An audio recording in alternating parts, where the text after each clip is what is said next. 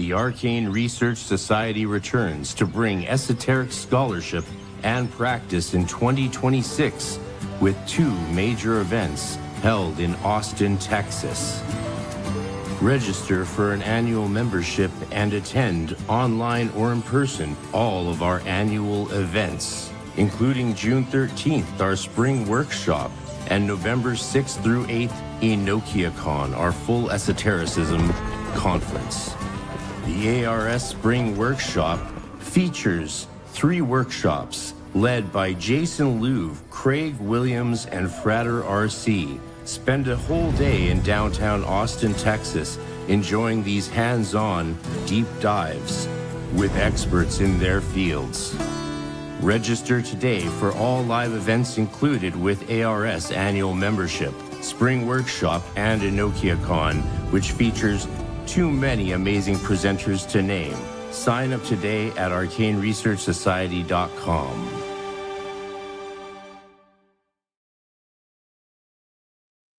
Hello, everybody. Happy Sunday. It's a beautiful day out. I hope you're having a good time. I thought it was about time we got around to this. It only took me 7-8 years to get back to this from my first attempt at a podcast where I went over some of these book reports on Dion Fortune. And what I wrote about the author, Dion Fortune, was this back in 1996. The brilliant esotericist Dion Fortune was born Valerie Firth. The change of her name occurred around the time when she first became involved in occultism. The books mention no dates as to her birth and death. It is, however, known that she joined the Hermetic Order of the Golden Dawn after the death of Samuel Little McGregor Mathers, one of the Golden Dawn's 3 founders, and after the expulsion of Aleister Crowley. This gives a time period between 1910 to 1925. Later in life, she formed the Society of Inner Light, an organization operating within the principles of the Western mystery tradition. Fortune, being a psychologist and an occultist, gives her a unique insight into the subjects she writes about. So that's what I wrote about the author back in this duotang set of book reports. Did 6 book reports. The last one was an oral book report. And people always wanted me to go through them. Sometimes read them in a funny accent, but comment on the change of perspective that I have decades later. So this is a time travel experiment between 1996 and 2026. 30 years later, about the same time. We got to get the flashing color there for the tie. There you go. You have the flashing color for sun, which is violet. Makes sense since, the violet spectrum. Well, of course, it's because it's the complementary color, but the violet spectrum is only possible, I think, because of light in the sun. Anyway, yeah. Hey, everybody. Exploration of Chronum. Good to see you, brother. Let's get everyone up on the screen. Nice and big. Boom. There we are. Good to see you. Yeah, smash that like button, subscribe, check out the new EnochiaCon and Spring Workshops trailer I posted on YouTube. Share it, like it. Please comment below it to really give it some juice in the algorithm. That would be really awesome. But we're going to dive right into saying occultism. You can see I wrote it on my 786 and printed it out on my very slow printer. Breakdown. Yeah, and then you keep going. But yeah, I was, I think, the only kid in my school who was doing word processing in 96. Everyone else was still handwriting. So yeah. Right in time. Yeah, everyone's rolling in. Good to see everyone. So many channel members here. Thank you for all your support. I couldn't have done an original song in the studio really without all the support I've gotten from YouTube and from all of you. Well, it's not from YouTube, it's from you guys. And that means a lot. 3 years old in 96. Well, this wasn't written for a 3-year-old, but sane occultism. There is, quote, upon the inner planes, a company which might be called the Company of Avalon. And also there is upon the inner planes a brotherhood which we call Mont Salvat. They are not in any way rivals, but they work in different ways, and the contact with each other is somewhat different. Within the great hall of Montsalvat, behind the chair of state, whereupon sits the king and master of Montsalvat, there is a small doorway which leads into the chapel of the Grail. There is a very little furniture in this chapel, save for a central altar, on which there eternally burns in the midst of jeweled flames the mighty symbol of the spirit through all the ages of man. Dion Fortune, the Holy Grail. Now, I remember at the time when I quoted the Holy Grail in this to start off this book report, it was one of her books I wasn't actually able to get. It was really hard to get some of these books back then, even with the biggest occult bookstore in Canada just down the street from me, essentially, and run by the parent of my buddy at school. Had really good access, and certainly it was people are always happy to get me books so I could keep reading, support the kids reading. So it was easy to get books. You can always finagle a few bucks to get something new to read when you'd read everything else. But some books were just hard to find. Even in England, I was hunting later in 90. Oh, these were written in 95. Wait, no, 97. No, a year later in 97, I was still looking for her Cosmic Doctrine and Holy Grail and didn't even find a copy throughout Europe. And even in London, it was hard to find until I went to Glastonbury. I found a copy there finally of her books that had been re-released, and I even went to the Society of Inner Light, to whatever it is, something Steely Road, and went there and walked up to the garden and asked them if I could get information about their society. I just took a couple tubes from downtown London where I was coming home that summer from student exchange. So I was just 16 and just going into Atlantis Bookshop for the first time and going to the British, spending days at the British Library and Museum, doing all that stuff. But eventually I found copies of her books that I couldn't get. So these were written with limited to the re-released books that were available of hers at the time. And what do I say? Oh, let me comment on the things she's saying. Well, Montsalvat obviously is the mountain of salvation. And what she's referring to in the Holy Grail is, you can tell it's based through the names and nomenclature and terms she uses, that it's based off Wolfram von Eschenbach's very famous book, Parzival, with a Z. Oh, how do I get this full screen? I think I can do that. There we go. And Parzival by Wolfram von Eschenbach is definitely, I think, the best version of the Grail story, insofar as we mean the Grail story itself and not King Arthur or Merlin stories. Sane Occultism opens with a preface, the Holy Grail, in which is discussed the spirit brotherhood of Montsalvat. So I guess it's a book within a book. I can't really recall. Someone might correct me. And the spirit company of Avalon. She describes these groups in relation to the ancient Grail mystery.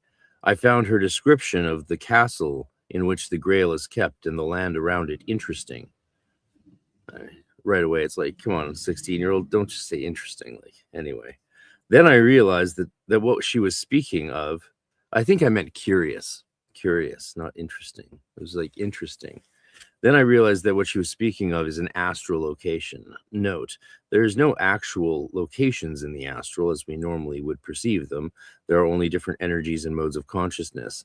Yeah, what I meant to say there, of course, is not in the sense of space. There's not the same sense of space, because space is navigated differently by thought rather than distance. And the furthest point from the center of your being, the center being the Grail, is the first key. Keys are astral guides, she says, or stepping stones used to find your goal. And that's actually a great insight about what astral work's about. And really, you can see her Golden Dawn pathworking training behind her saying that, because that's very much how we use pathworking and a lot of the techniques in the Golden Dawn to progress from realm to realm, place to place, experience to experience. I intend to go to this place, I say, if I'm able to and if I'm allowed, for there are possibly various passwords and other guards. Fortune continues the preface talking about the qualities of the Grail and a little about its spiritual history. So I started writing these, and I read these books before I joined the Golden Dawn, and then while I was writing these book reports, I was waiting for my neophyte initiation there in the first autumn semester of grade 10. The first time I read the preface, I thought very little of it and just wanted to get on with the book. Now, upon further examination and careful thought, I have found the secrets hidden within this metaphor of a preface. This is a wonderful beginning to an excellent book. This book is by far the largest of the group and deals with the most subjects, and to touch upon them all would require an entire separate book. The first chapter is called What is Occultism? And in it, she thoroughly explains what occultism is. I had read over a dozen books on occultism and magic, but this chapter showed me that I did not truly know what occultism is. This chapter is more than some definition in a book, for Fortune branches into the discussion of other occult subjects, and in the end, the reader is left with a very good impression of what she is getting into. Fortune moves on to discuss the mystery schools and their specifics, as well as the often used term occult science. Quote, occult science has two enemies to contend with: the skeptical materialist who denies everything, and the credulous occultaster who believes everything. Serious students need to find the middle way between these two extremes. They must, on the one hand, avoid credulity, and on the other, recognize that the nature of proof available concerning the inner planes differs from that available for natural science. And that's from Credulity in Occult Research. You know, it's fascinating how relevant that point is still today, right? How many people are just either full on, none of it's real, and you're just playing, you're just LARPing. That's the term they like to use, which LARPing's kind of cool. So even if that's what it was, wouldn't be so bad. But unfortunately, or fortunately, it's not. But on the other side, we have the radical people that just believe everything. They believe if anyone who's doing channeling or says they're doing channeling is channeling some sort of objective, veritable truth. I mean, that's not how this stuff works. And she identifies that. We're saying the nature of proof available concerning the inner planes differs from that available in natural science. And this is what you see a lot of the academics saying when they're addressing magic and why it can't be scientifically proven, because it's relying on a different set of criteria and experience.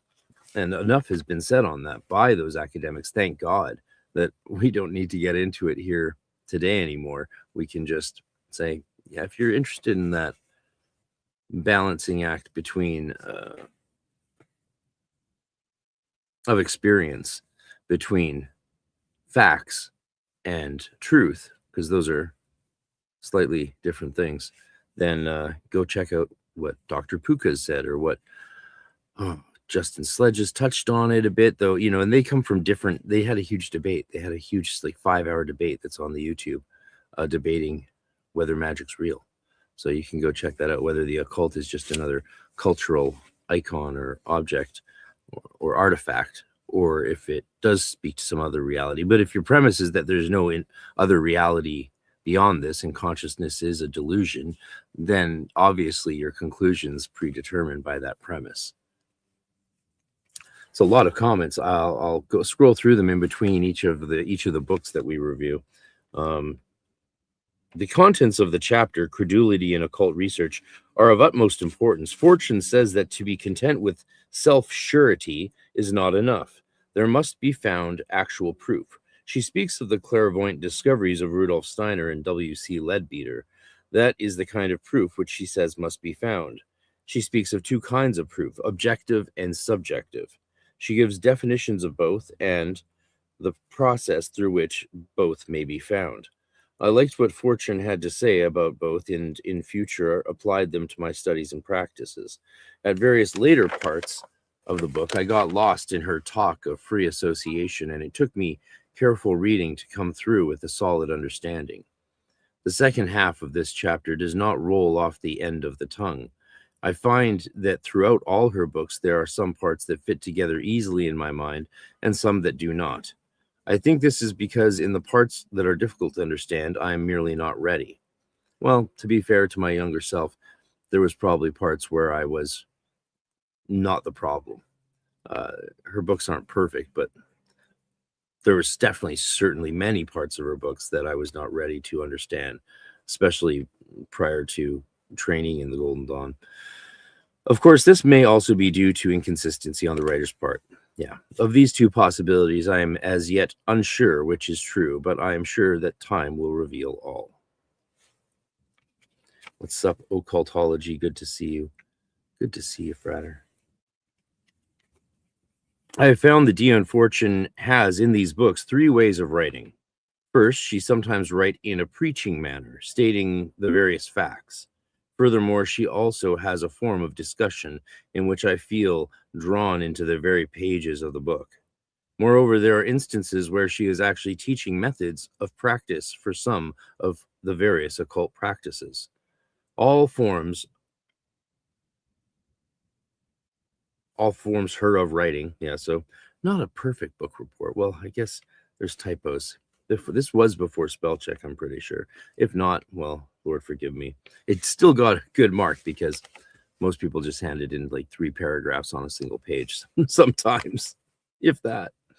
You know how people are with book reports in high school.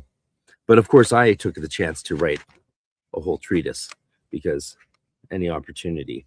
Plus, my teachers were anthroposophists, so there was in-depth comments and conversations that I had with some of them about different parts of this, and that was cool.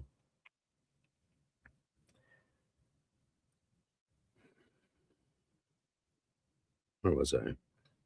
Moreover, there are instances where, oh yes, she teaches some actual things. She does teach actual things in the books. All forms of her writing have their good points and bad points. In the first 2 ways of writing, I find that it could quickly become complicated and enigmatic. In the third way, I sometimes got lost about the exact practical application. These are only the bad times. More often, her work is a masterpiece to read. What makes her work so enthralling to read is largely due to the content and her archaic style of writing. Yes, I was very much a fan of that archaic style of writing that existed at the time, and that people who were in magical orders had an even more archaic style because of the nature of language and ritual and ceremony, of course. So, and you see that, you see this tendency all the time. You see it today a little less, because of the way that sort of monocultural impacts from the internet have standardized, and we're even losing accents. Like a lot of people's accents in foreign places, just younger people, they'll grow up without an accent sometimes, even though everyone around them has an accent, just because they spend so much time watching American media. And that's always funny. Where were we?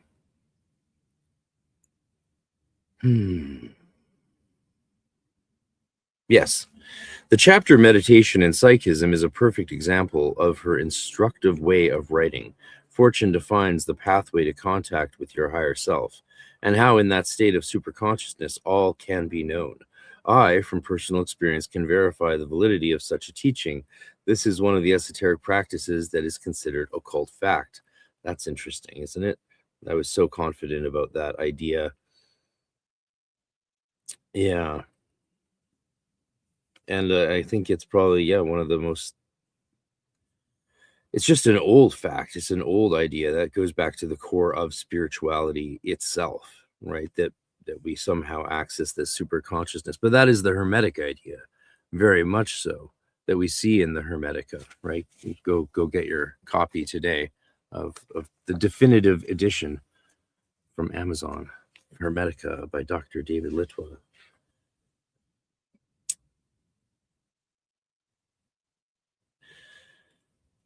When one is in such a state of super consciousness, I mean, the use of the term is obvious because it was becoming popular in psychological jargon, super consciousness, rather than just simply higher self or higher consciousness. And she was into psychology, though she wouldn't qualify by what our modern standards of being a psychologist was. Like, she started being a sex therapist because she'd had sex once or something. I believe that's the case. And then she opened up a shop on the street giving people advice on sex because she had it and she could now talk about it, and no one else, a lot of people didn't know. And I find that hilarious, right? Her poor clients. I mean, I don't know. I haven't read Esoteric Philosophy of Love and Marriage in a while, but I do believe there's some very what we'd considered outmoded ideas in it.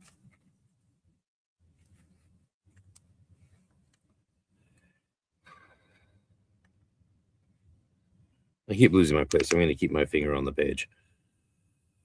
Yeah, so we learn in the Hermetica, when you access your higher consciousness, you can, in theory, know all things, or you have access to the mind of God, the mind of all things. And that's the same idea she's talking about here. When one is in such a state of superconsciousness, answers to all questions may be learned. She details the process of this in an orderly and in-depth manner. I believe, however, that we could, in modern day, go much further into the exact process, but this has yet to happen. See, I was unaware of all the training and rituals and practice that she would have gone through in the Golden Dawn, because I wasn't really reading. I didn't join the Golden Dawn to join the Golden Dawn. I just wanted to join a serious magical group. That's it. And that was what was available.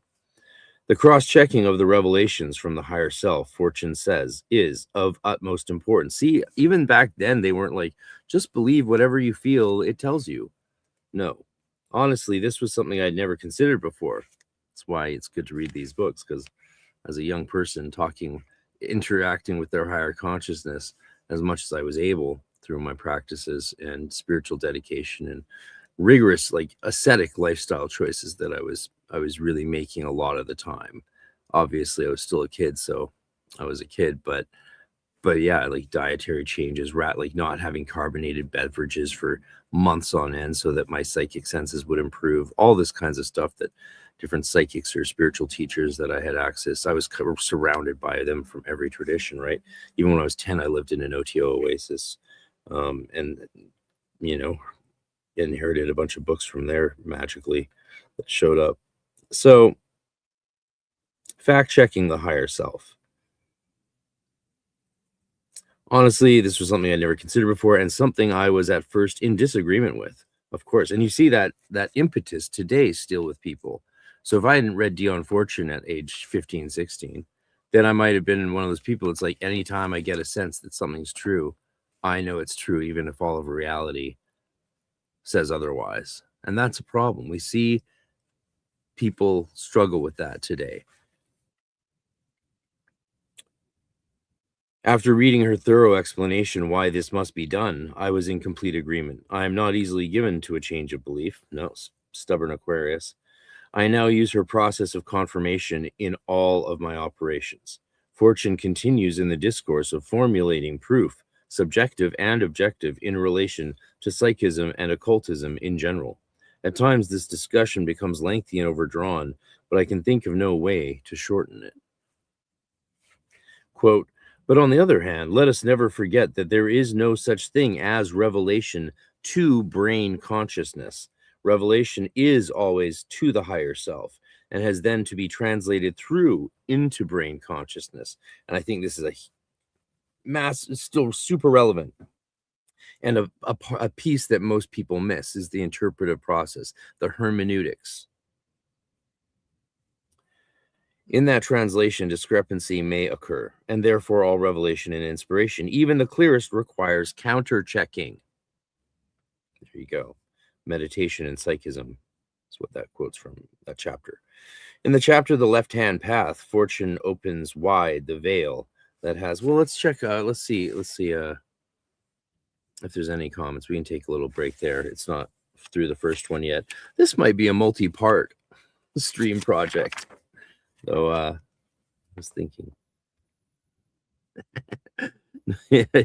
yeah. If you're my age or older, you probably don't want to mention what you were doing in '96. It's probably too much fun for the internet to hear about.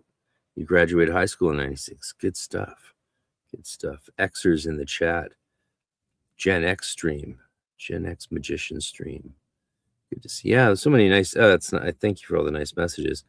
Violet Firth. Yeah, didn't I say Violet Firth? Her name was Violet Firth. Oh yeah, typo. I wrote Valerie instead of Violet. That's so funny. Good catch there.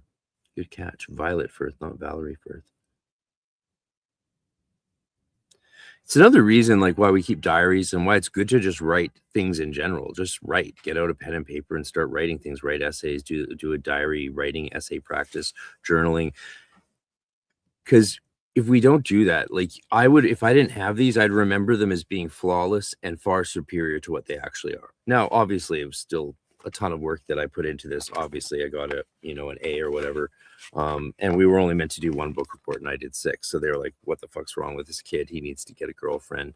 But at the same time, they're like, he's talking about magic and that's pretty cool. Like, I'm sure people like me didn't come along that often, even in Waldorf school. Though I knew a few.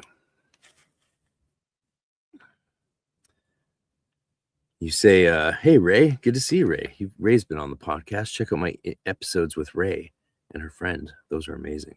Actually, one of the ones with Ray and her friend is like number one. It's often at the top of the number one chart on my podcast. His tarot cards are amazing. I just wanted to join a serious magical crypto, and that's what was available. Yeah, I know. Serious magical group. Gotcha. Serious magical group.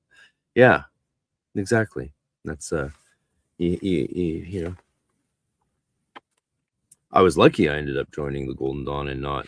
I mean, well, at first I joined Amorc and I tried other things. They just weren't very serious. It's like, oh, there's no workload.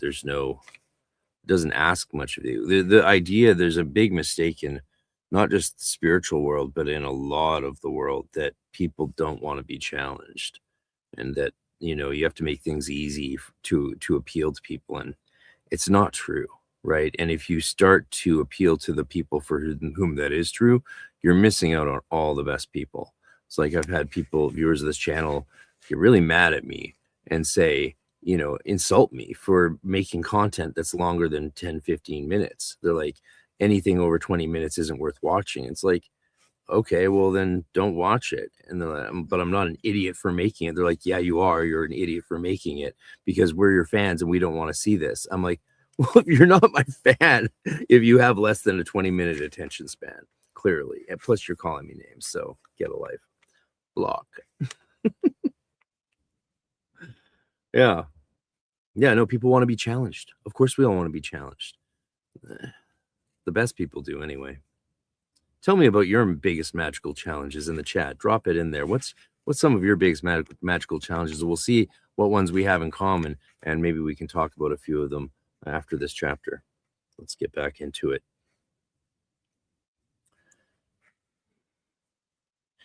In the chapter, The Left-Hand Path, Fortune opens wide the veil that has for centuries hidden the black arts from plain view. I have always noticed that many people grow uneasy when the subject of black occultism is brought up. Fortune explains, and that, of course, is black magic, not, not talking about Haitian voodoo or African ATRs. Fortune explains that this should not be, and I couldn't agree more, that the black arts be exposed for what they truly are. She says that in society's hush-hush attitude about them, and their true power is gained. So it's interesting, the idea that there needs to be a veil between the esoteric and mainstream culture, and that it gets true power from that, right? And I guess that would be something we see sort of erased today. There's a complete erasure of that dividing line. And so now we have like all these mainstream people, like people you never think in a million years, across the political spectrums, especially, obsessed with the occult, mostly for using it as a scapegoat, and anyone they can associate it with as a scapegoat. Of course, it's Satanic Panic 2.0.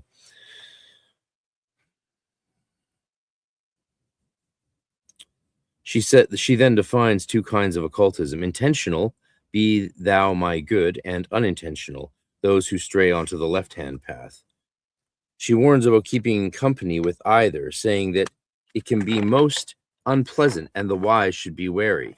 See, this is again, so right here, even people today all want to call Golden Dawners right-hand path. It's such an abusive term to label us with, because you're the one importing this right-left duality from the East. There's no right-hand, left-hand path in the Western traditions until it was imported recently. That doesn't give you the right to then define others as you wish, because here she's even addressing this early on in our magical history of the 20th century. She's saying this, the people who are like, oh, be thou my good, and those people who are like intentionally hurting others, we don't want to be associated with either of those. We want to go the middle way. And this is, again, the thing that I love and I think is most important that the Golden Dawn brings to the magical world and this and spiritual formation, is this idea of walking the middle way and not being drawn into either extremes that want you to essentially, become unbalanced and thus become a force of nature rather than someone who can help work, interact, and guide the forces of nature. Become the magician instead of just being the tower. There are 3 motives, quote, which prompt him, the black occultist: greed, lust, and desire for power and knowledge for their own sake. Greed, lust, and desire for power and knowledge for their own sake. I'm sure there's more than 3 motives that would prompt the black occultist. And she's equivocating she's equating the black occultist with left-hand path stuff. It wouldn't fly these days because the left-hand path stuff is very much being understood in a more complex and nuanced ways that allows for more interpretations. And some of those interpretations I've often heard when people describe their understanding or what the left-hand path is to them as a left-hand path person. What they've often told me is this: what they've done is describe exactly the path that I would be on. They've just described my path. I'm like, well, you're describing everything I do and believe in. They're like, no, you can't believe this because it's left-hand path and you're in the Golden Dawn, or you're doing Hermeticism, so you can't be a left-hand path. I'm like, yeah, but the way you're defining the left-hand path is exactly what most of us, in my opinion, in my experience, would consider to be what we're doing. So you've just taken the mainstream practice of Western occultism and you've redefined it as left-hand path to sound edgy or to differentiate yourself, but you're not differentiated because you're just telling me. So this is, many LHP people have described the LHP to me in exactly middle path terms. And I think you'd see many of the people Dion Fortune accuses being, right-siders, light workers, the light worker, right-hand path, everything is good, think positive, but kill everyone who disagrees with you.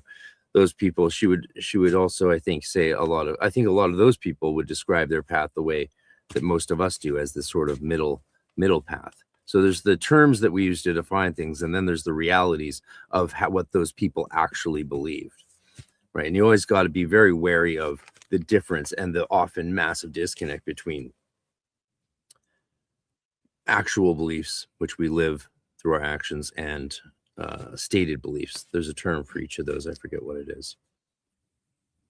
Welcome, Ian Prescott. You didn't miss much. We just started a little while ago, and we're only in the first of the 5 book reports we're reviewing. I wrote these in 1996, and now we're seeing how they hold up. It's surprising how much good stuff there is. Obviously, the writing is like a good grade 10 student, but it's not what I would write today. But the points that I draw out to illustrate what each book is are good points. And so, well done, younger me. She gives many qualifications, Dion Fortune, about the black occultist, drugs being a large one, as well as ritual magic enacted to harm other people and oneself. She writes throughout the book addressing the neophyte. So from this, I assume that she thought this chapter is most important for the neophyte. Well, I think it makes sense that she's writing to the neophyte as a reminder that we should always approach things with that beginner's mind. As would the neophyte, I found this chapter to be informative and a relief that someone finally wrote something sensible about the left-hand path. Ray says, most people define whatever they themselves are doing in a way that is very relatable because humans overall have more in common with each other than we have in conflict. Exactly. Brilliantly said. Frater Parabolas. Yeah, you grew up in Alabama. You were in your 20s before you even heard about any magical orders or knew anything about the larger world. Well, that's not always a bad thing. Not always a bad thing.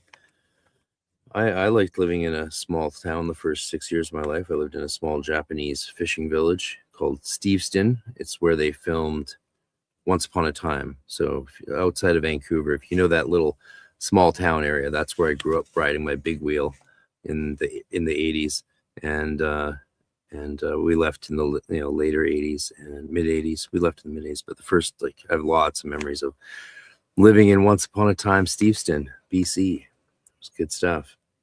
And all those actors came to one of my gigs once, and they were all hammered. All the once time people. We got a couple photos with them, but one of them was like, what's his name, Belfagor.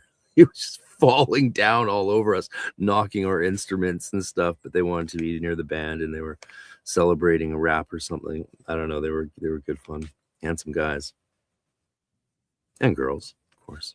But the girls weren't there. It was just the guys getting drunk. Here's a question from Dr. Frankenstein. Should I consider the divine as immanent and all things are connected while going through the GD material, or should I view the highest as transcendent with the creation separate from the divine? Yeah, I think, did you write me a message or an email? I haven't gotten to all my messages and emails today, but I noticed something where someone was asking something similar. So that might have been you. The model is in the Golden Dawn. The model is a panentheist one, but because it's open to all religions, you can have whatever. You should follow your religion that you follow. If you don't follow a religion, then yeah, adopt the view of Hermetic spirituality, which is that God is radically present, immanent, and radically transcendent. You spelt immanent wrong there, but that's okay. It's a confusing word because it's got two spellings and two different meanings, as in start happening immediately with an I, immanent, and then immanent as in everywhere. So God is radically transcendent and radically immanent everywhere, and that's called panentheism, as opposed to pantheism, where God and the cosmos are one. But in the Hermetica, it's very clear. God is above the cosmos, the monad, the perfect good, unsullied or undirtied by anything, and then the creation is God, but God is also present radically and immanent in the creation, and that's different from some Gnosticisms. So that's a different Hermetic view is panentheist for sure and good, whereas some Gnosticisms might see things differently. So it depends on your religious perspective. Yeah. There's flexibility there for sure as to how people see that, but the Hermetic view is very clear. Quote, those who interest themselves in occult science constantly meet with warnings concerning the avoidance of the left-hand path, Dion Fortune says. She says they read of black occultism and dark initiators and many other items calculated to make the flesh creep. A wholesome respect for the powers of darkness and a distinct disinclination to trifle with them is a sound basis from which to start the investigation of supernormal phenomena. But panic-stricken ignorance does more harm than good. Disinclination to trifle with them is a sound basis from which to start the investigation of supernormal phenomena. But panic-stricken ignorance does more harm than good. See, that's why we need education on this stuff, and that's why it's sad to see all the professors and academics and scholars out there not even commenting on the whole rising satanic panic 2.0 that's occurring right now, because it is going to continue to have negative consequences, not just for new religious movements, spiritual people of all sorts, and spiritual freedom in general, but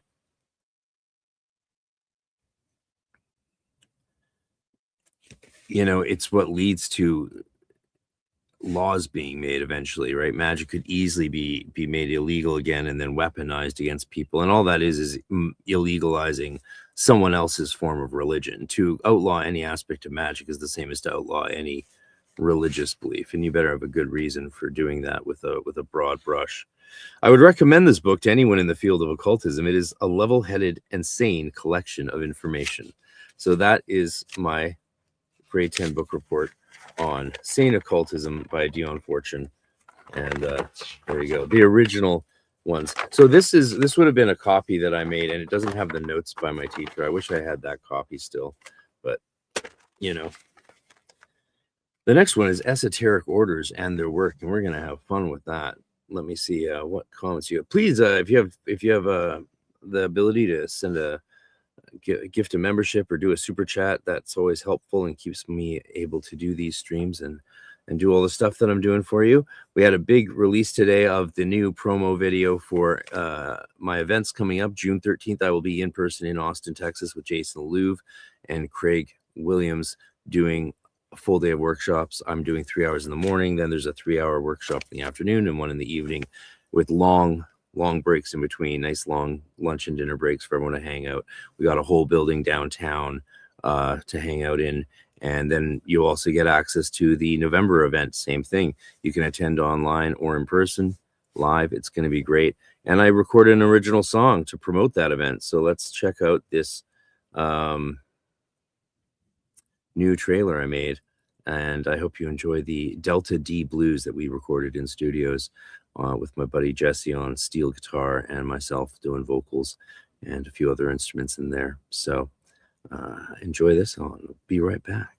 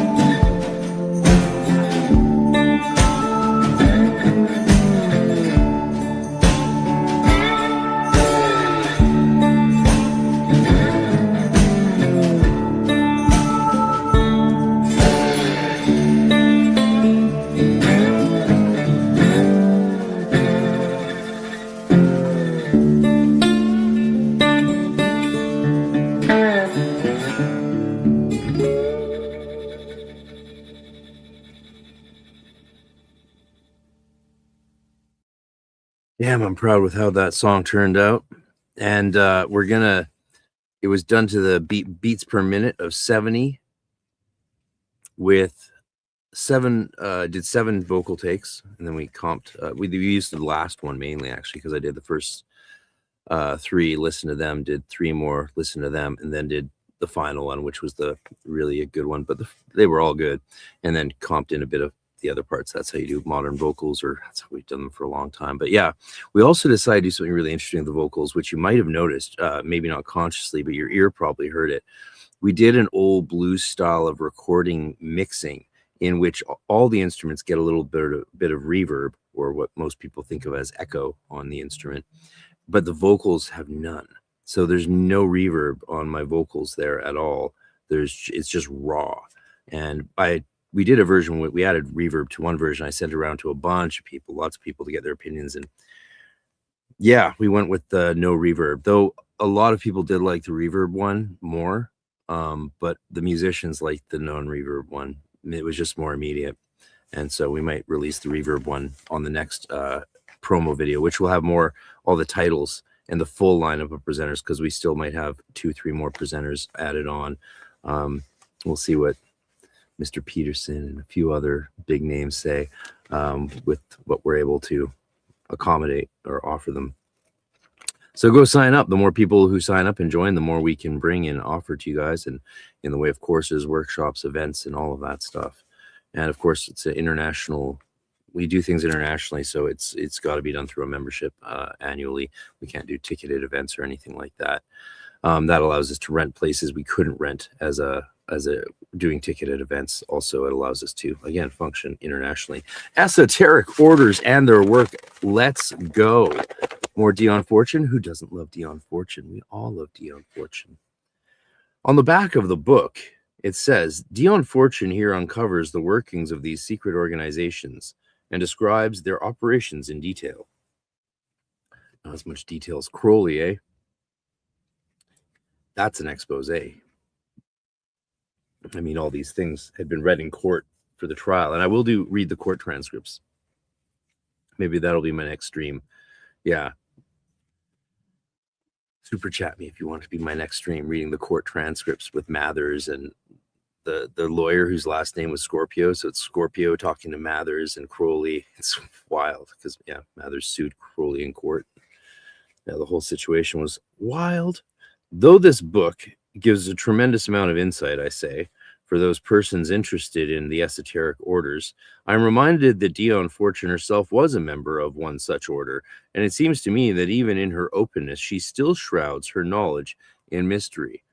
Yeah, it's very obvious that she's not doing a tell-all. She's teasing a lot of the time. She starts her book in a very open way, defining the difference between esotericism, mysticism, and occultism. She explains very clearly that esotericism takes off where exotericism ends. And she points out reading, writing, and arithmetic was once purely occult arts, but are now commonly accepted worldwide. She means secret, like as in, or elitist, perhaps. I believe that the fact that humanity is coming to accept things that were once occult is a definite sign of evolution. So that's an interesting point, right? Because we used to say, oh, if this stuff was better known mainstream, you know, like if everyone meditated or if everyone had a spiritual practice, then the world would be as one. You know, we'd all unite. And this was the idea we had back then, that everyone just dedicating themselves to peace and love in the new age of the 90s and 80s, which I grew up, would solve magically all the problems. But that's not the problem. As we know, there's a bigger problem, and this is what it is. The people are retarded. Right. So given that fact, what can we do? What can we do to fight against what is trying to destroy our world? Now, you might not be as concerned about what's happening in the world, but I live in Canada, and this is what's going on in Canada. This is what they're trying to do in Canada. This is what our leaders wanting to do for the new world order. Create a totalitarian world in which we're all locked down, where no one's allowed to say anything. The Bill C-22 that's happening right now in Canada is going to force Apple to build the Canadian government a backdoor into all of their products and services just for the Canadian government, which Apple thinks is a security risk for all their customers. And the Canadian government's like, tough shit. And so that's that's the big news in Canada right now that's going on. It's quite interesting. We're not going to get too much into all that stuff because we did that last night on Arcana Synaxis number 5 with Ike Baker, Frater, LF Theria, and Sky Mathis. And we got into all the crazy psyop stuff and aired our griefs or stresses or humor or concerns. And you can go check that out. We streamed that last night and or Friday. Was it Friday? Yeah, not last night. So the idea, these things, what do you think? Did the culture becoming a mainstream occult revolution help engender this satanic panic 2.0? Or is it growing pains on the way to global enlightenment? Or something else? What do you think? I do want to know. Oh, there you go. Here, I'll prove it. I want to know. There, you're back on screen. She starts her book in a very open way, defining the difference between esotericism, mysticism, and occultism. She explains very clearly that esotericism takes off where exotericism ends. We already did that.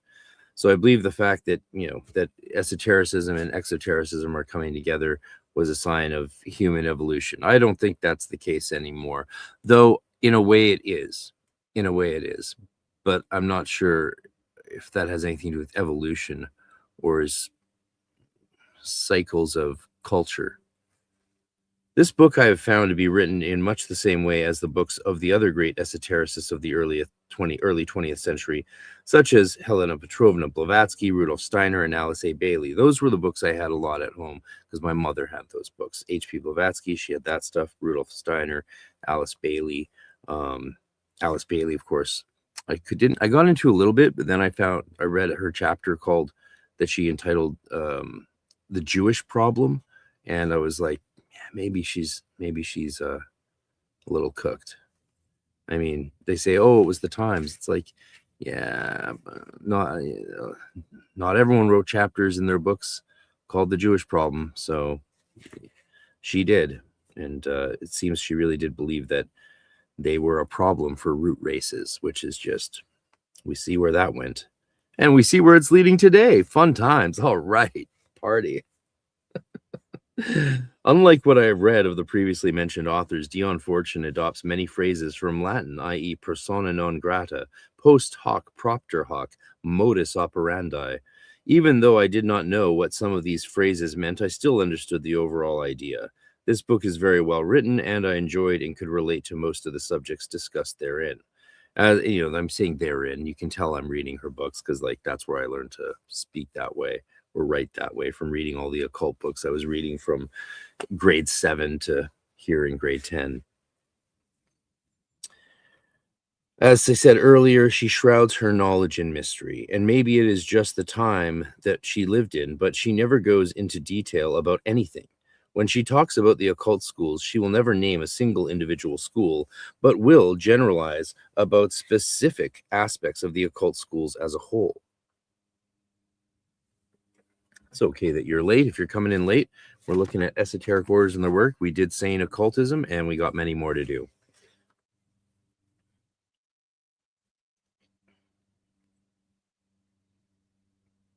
When she talks about the lesser and greater mysteries, she does not clearly state what they are. For example, quote, this then is the, see, it's nice that I was thinking so critically and clearly actually at this time, at this age. Yeah, these are good book reports, actually. I'm looking on them now with a much kinder eye than I did when I was reading them in a mock British accent in 2018 and on the balcony of my flat in Berlin on an episode of my Anchor podcast or whatever I was trying to do. Then they locked me out of it. So I was like, okay, that's not going to work.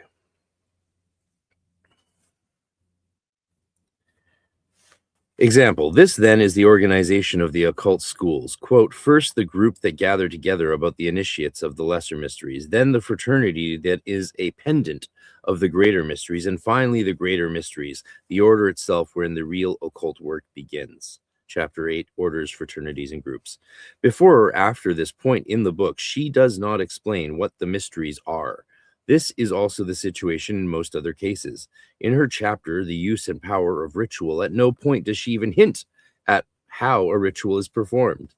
The reason for all this secrecy is, as she says in her own book, The Mystical Kabbalah, which I had already read that past summer between grade 8 and 9. The breaking of the initiatory oath is a serious matter and a thing that I, for my part, do not care to do. So you can see that she admits to her secrecy. So this, yeah, it's an astute observation for a kid to make.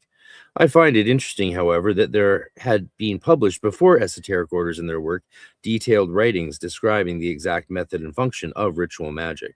So she's being vague and demure about details when those details have already been read in public courts, been published in exposés, and released to the public almost ad nauseum at that point. So she could have been more detailed, but she's choosing not to. And I think it's because she wanted her work to have a longer lasting, more general appeal and not be locked down to the dramas and issues of the people of the day. I think that's why she did that. I find it interesting, however, that there had been published before esoteric orders in their work detailed writings describing the exact method and function of ritual magic. These appeared in the brilliant and informing piece of literature, The Equinox, written by the ever-popular Master Therion, or as others know him, Aleister Crowley. Crowley had been expelled by the Hermetic Order of the Golden Dawn largely because of the efforts of W.B. Yeats before Fortune joined. But Fortune and Crowley were nevertheless both members. What interests me is why Dion Fortune chose not to describe the methods of function on the subjects discussed in her book, which was already open to the uninitiated through Crowley's Equinox. There are three possible answers that come to mind. First, Fortune may have taken her initiatory oath much more seriously than Crowley did. I think that's a safe bet. Second, Fortune decided to do it differently since the how-to information was already out there. Third, she, being a psychologist, wanted only to discuss the general psychological principles of the topics she chose to write about, something that, to my knowledge, has never been done before, or had never. Yeah, it's what you're saying, Talia. Good to see you, my friend. Let's go have a walk in English Bay when you have a minute. Yeah, coded her information. She took her obligation seriously. She did. The most likely reason for writing such generalizations, I believe, is a combination of all three, but more so of the third. So I did believe she was trying to appeal to a more general audience by looking at things psychologically and without getting into overdrawn details. She was an old school, keep it secret. Yeah, Angelo, that is true. I believe one of the reasons I enjoy her works as much as I do is because Fortune, being a psychologist as well as an occultist, allows her to incorporate the psychology of the subject she is writing about. I found everything discussed very understandable. However, I can understand how this book would be found very incomprehensible to anyone not versed in the metaphysical field of study. The most valuable things I got from reading this first book of hers, or this book, were the activation of the several self-realizations it caused. So while reading it, I just started to realize other things. And that's awesome. I think you all know what I'm talking about. A valuable point that Dion Fortune makes is that there are numerous paths of initiation, but in the end, there is only one goal. Illuminism is what she calls the one goal. And I think she just didn't want to use the word enlightenment because it was even overdone back then. The two main paths are, and Illuminism, she writes lowercase, just she means in general, like the light has come. The light of your divine self has come, where your darkness is illuminated. What it was ignorance is now known. Obviously, she means it in a very general, non-denominational sense, non-prescriptive sense, more descriptively. The two main paths are the extrovert path of the occultist and the introvert path of the mystic. This is where she and I have some major disagreements. And she spends an equal amount of time discussing and comparing the two from an experienced yet objective point of view. I don't know why I keep saying that back then. I guess it was the 90s and I was a young person, objective point of view. The mystic is simply an introvert occultist, she says, and the occultist an extrovert mystic. There is something to that, and she writes that in The Choice of an Occult School. I mean, the mystic, all occultists are mystics. Otherwise, they're not occultists, because a mystic is someone who experiences God. That's what mystic means. And an occultist needs to experience God. Otherwise, they are the definition of an armchair occultist. I guess that's still an occultist, but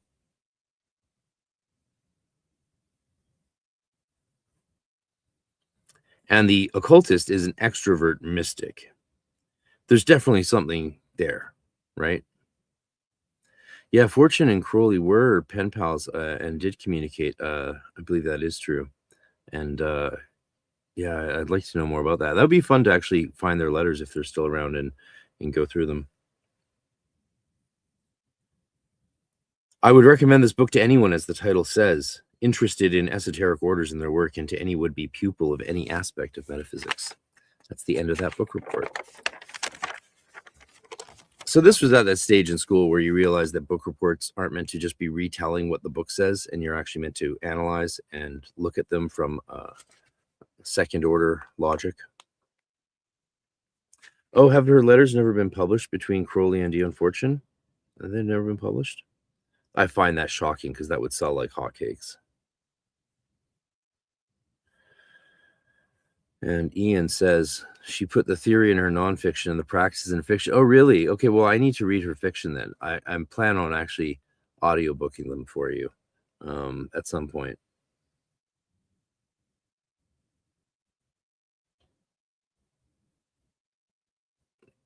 Yeah, Ray says, I want every shitty thing that happens to just be the growing pains in the way to the global enlightenment, but I also want ice cream to be 0 calories. Yep. Cheers to that. I haven't had sugar and ice cream or anything like. I haven't even had sugar in months. I'm on this crazy diet for trying to heal my skin, my hands. Well, healing the gut. It's about healing the gut. Practical occultism in daily life. Quote, first of all, we have to realize that the material plane as we see it is the end result of a long chain of evolutionary processes that have gone on in the subtler planes, the realms of spirit, mind, and astral ether. Consequently, every problem that we meet with on the physical plane will have a kind of soul, as it were, composed of factors from each of these levels of manifestation. It is important for us to realize this because every problem is composite, and we have to determine the relative proportion of these different factors and discern upon which level the trouble has its roots or nucleus. It is no use trying to deal with the problem by a simple astral exorcism if its root lies in some spiritual factor deep hidden in the soul. Dion Fortune, Practical Occultism in Daily Life 1. The book opens with 2 chapters about practical occultism in daily life. The above quote is what spoke to me the most, and it is what I found to be the most useful information. Finding the sole root of problems is something I had never known in such a concrete way. What I mean by this is that there are many aspects of metaphysics and occultism which I have many fragmented ideas and thoughts about, but are usually not formulated in my mind. This is what I found to be most valuable in Fortune's books. She has already formulated what I have only scattered thoughts thereof. Excuse me. Scattered thoughts thereof.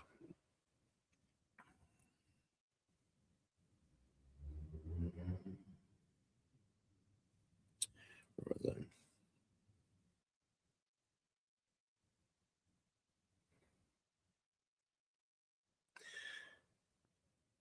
In the second chapter on practical occultism in daily life, she carries forward the original thought finding, the sole nucleus of problems to get a solution. The whole idea is taken into a deeper level of metaphysics and soul consciousness. If the reader is not experienced in such types of discourse, he will be thoroughly confused. Nevertheless, this is a valuable chapter and one the book could not do without. I liked this sort of stuff, especially because it would help me with the healing work I was so dedicated to. My main interest in all of occult practice and spirituality from the beginning of my journey to present day has always been spiritual healing. And I was obsessed with therapeutic touch. I never got into Reiki, but it sounds, it's very effective. And I do like its style, its tradition and stuff. But the idea of being able to scan up the layers of the aura from the etheric, be up to find the source of whatever's happening at a lower layer of the aura using crystals or just hands or other healing tools was a big part of my practice, and using especially gemstones and gems to do chakra healing and all that stuff. I would have loved the sonic and sound bowl stuff if it had been popular at the time, but it was a different age.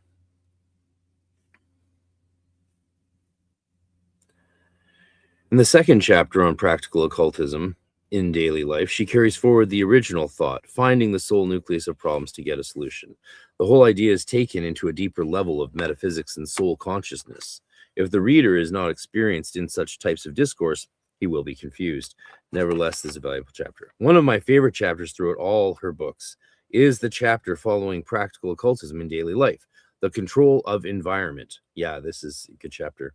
In this chapter, Fortune teaches the method of inner harmony and equilibrium. She then goes further to say that by being in such a state, you can influence the state of your environment.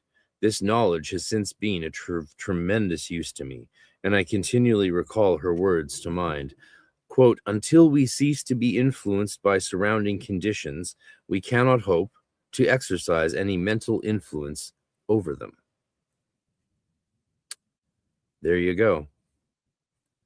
I've always been very empathically connected to my environment, and the well-being of my environment has always been important to me. My personal experience, therefore, has validated her words. Throughout this chapter, her words rung true in my soul.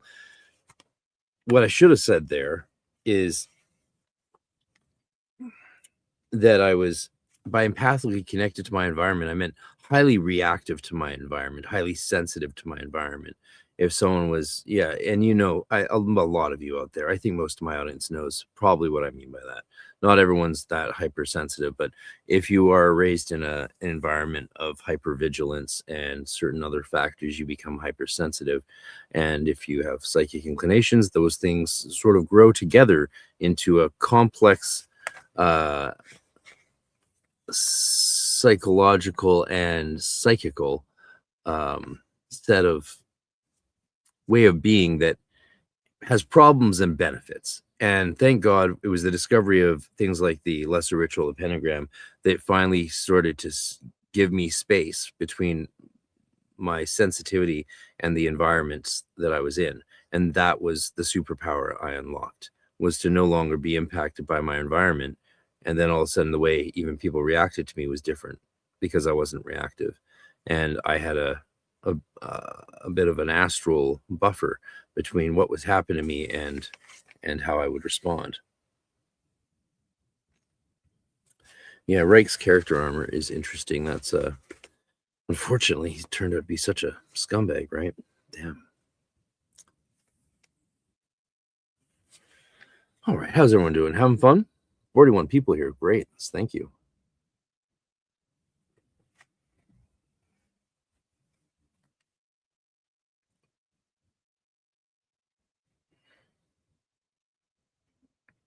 Two chapters are devoted to remembering past incarnations.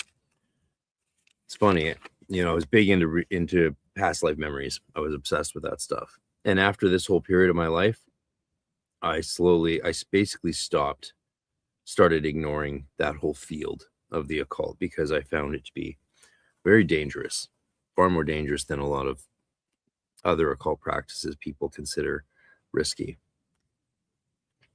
I think it's psychologically dangerous.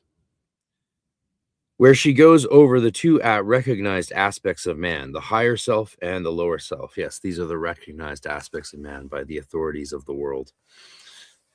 Through delving into the Akashic records, which are a part of the higher self, a person can uncover past lives. The actual method is, in a way, walking the consciousness from one symbol or key to the next, resulting in the collection of memories, thoughts, and experiences along the way. And if you know anything about the Satanic Panic, you know how dangerous this kind of methodology can be. It literally created the Satanic Panic and destroyed thousands of people's lives and put many in jail for almost their entire lives. The actual method, through delving into the actual method is, resulting in a collection of memories, thoughts, experiences along the way. The wise warnings Fortune gives about past life interpretations given by clairvoyants and psychics help me to understand the things I have been told by such people. The methods she hints about recovering your own past life knowledge, I was very grateful to learn. However, I found that the chapter would be of little help to anyone not knowledgeable in the base theories of metaphysics than the practice of alchemy. That's so ridiculous. To someone with such knowledge, Fortune's theories and ideas about remembering past incarnations may be quite valuable. I'd say it's other things you need if you want to involve yourself in the past life memory game. Because most people I know who get into it, their brains just get broken. They just disintegrate, and they become obsessed with who they think they were and upset when people don't accept them. I have so many people get mad at me because they tell me they were this or that Golden Dawn person and they're reincarnated and they're here to tell me the truth about this or that, and they get furious often when I don't accept that what they're saying is historical fact because they're the reincarnation. It's crazy, and it's really sad. It's really sad because they broke their own brain. To someone with such knowledge, Fortune's theories and ideas about remembering lives can be valuable. Dion Fortune also writes 2 wonderful and insightful chapters on working out karma, but I have chosen not to write about them. I only wish to include this brief note that karma is a subject of which she has spoken. Quote, "The source of our being is in the ever outpouring infinite energy. The amount of this energy we receive is limited solely by our capacity for realization. If we can increase our realization and get rid of our inhibitions, we correspondingly increase our intake of cosmic energy, and this energy is transmuted within our being into all the different forms of activity that go to make up human life." And she wrote that in The Use and Abuse of Mind Power. We have a more nuanced and thorough understanding, I think, of energy, consciousness, and what it is and what it isn't. And I think mainly by knowing what it isn't, we've become more aware of what it could possibly be. And this is so prevalently discussed today in the world, like how many videos a day by neuroscientists, theologians, and other scholars and experiencers are there going massively into this topic. So yeah, there's that. We're really lucky. It's there. It's on the menu to be figured out. And people with serious credentials and people with serious experiences are working together to try and find out what they can. And I think that's great. Yeah, I ruined a whole aspect of my high school experience focusing on past lives and trying to understand what that meant I needed to do then, instead of living the life I was experiencing then in high school. And I realized that during my high school experience, thank God, and quickly and abandoned that. And that was how largely I found my way through all that. I could have easily become one of those brain broken people, but it was through the adepts in the temple who trained me and kept me grounded. It was crazy. Like, I got more grounding and real life, practical, streetwise experience about how to be a person from the Golden Dawn. Even like that was even a bigger impact than some of the magical theory and practices we did. So it's funny, you wouldn't think normally you have to join a magical order to not to avoid getting swept up in the new age currents of neuroses and pathology. But yeah, that's a big part of magical training, is keeping people grounded. And the tradition we come out of has a very rigorous history of beliefs on how to, and the importance of keeping people grounded, respecting spiritual freedom and the freedom of people in their personal lives. Not trying to control them and get culty and brainwash everyone, you know.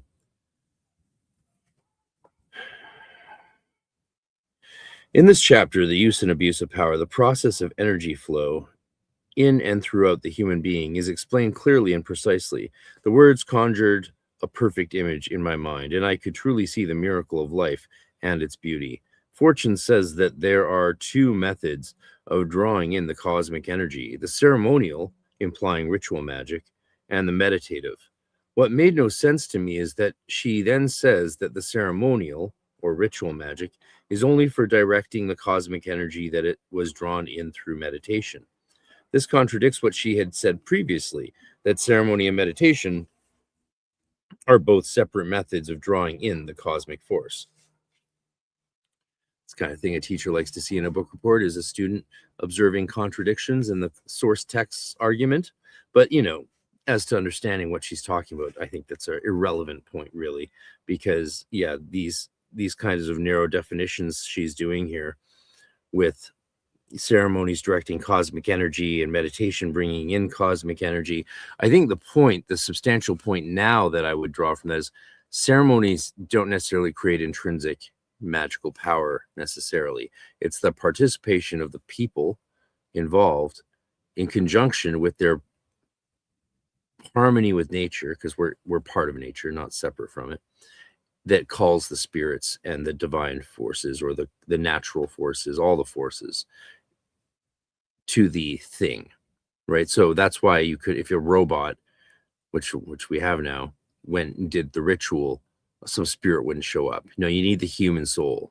You need it burning and inflaming itself with prayer, invoking to cause those spirits to come, because that's what she means, I think, by the cosmic force coming through meditation, coming through the link between that we have with our divine self, our nous, and higher consciousness. And that's where ritual power comes from. And we direct it with ceremony and ritual. This contradicts, it is when the use of this cosmic energy that the question of abuse is brought up. Quote, "It is possible to influence the minds and wills of our fellow men so that they shall give us what we want. It is also possible to draw directly from the great cosmic reservoir of undifferentiated force. The former way is the way of black magic. The latter is the way of white magic." So Fortune, however, does not detail the line of separation between black and white magic. The only line she draws is that if the effect is harmful, it is black, and if the power is drawn from the divine, it is white. Yeah, so I noticed a little nuance there that she kind of glosses over. I know, as should every magician and or Wiccan, because I was a Wiccan, and that's how I identified back then, and the term magician was like, take it or leave it, but I was a proud Wiccan. The law of power, which states harm none. This law is the prime but not sole separator between black and white magic. For there are many other such laws dividing negativity from positivity. There are many other theories in this chapter which I find very interesting because some of them clash with others I have learned. That would have been fun to write more on that, but this was already way over the assignment length. Bios, here's a question. Let's see what you guys have got to say. I feel the exact same way after my initiation into the temple. I became much more grounded. I was in far more danger than I thought. The Frater Swords have done well guiding me. Good. That is wonderful to hear. That's a good sign. What's Ray say? What does Ray say? It's so great to have you with me here, Ray. This is great. You should jump on stream with me sometime and do shenanigans. Some folks would really benefit from acknowledging that their unverifiable personal gnosis is in fact unverifiable. Yeah. But also, why does gnosis need to be verified? Like, why is the gnosis, if it's just for you, why do you need to verify with anyone else? Now, it's if the gnosis you're getting is actually an attempt at facts, like a scientific formula, then you got to verify it. Another question. Any thoughts, opinions on self-initiation systems like Barden, considering the grounding role of the Golden Dawn? Well, Barden, I don't really see Barden as an initiation system. I mean, his first book isn't called Initiation into Hermetics. That's a really bad mistranslation of his book. His book is called Der Weg zum wahren Adepten. That's the actual title of Initiation to Hermetics, and it means the way of the true adept. So you're meant to already be well trained in some system before you really get into Barden's The Way of the True Adept. The translation of it to Initiation into Hermetics is what's making it so hard. I tried to get in. I used that book rigorously from 94 to 2003. I was obsessed with it. And then, eventually I just I got what I got out of the practices that worked. I never was able to throw a fireball or light a candle flame with my fire pour breathing, but I took it very seriously. And so, yeah, I think you need some training prior to make use of Barden's system. But again, I'm not a Bardenite. I just really loved his work for a very long time and still have a soft spot in my heart for it. Now, what do you mean by considering the grounding role of the Golden Dawn? I just don't know what do you mean by, I just don't understand that part of the question. And I'd love to have you clarify that because it's interesting. Consider self-initiations is like Barden.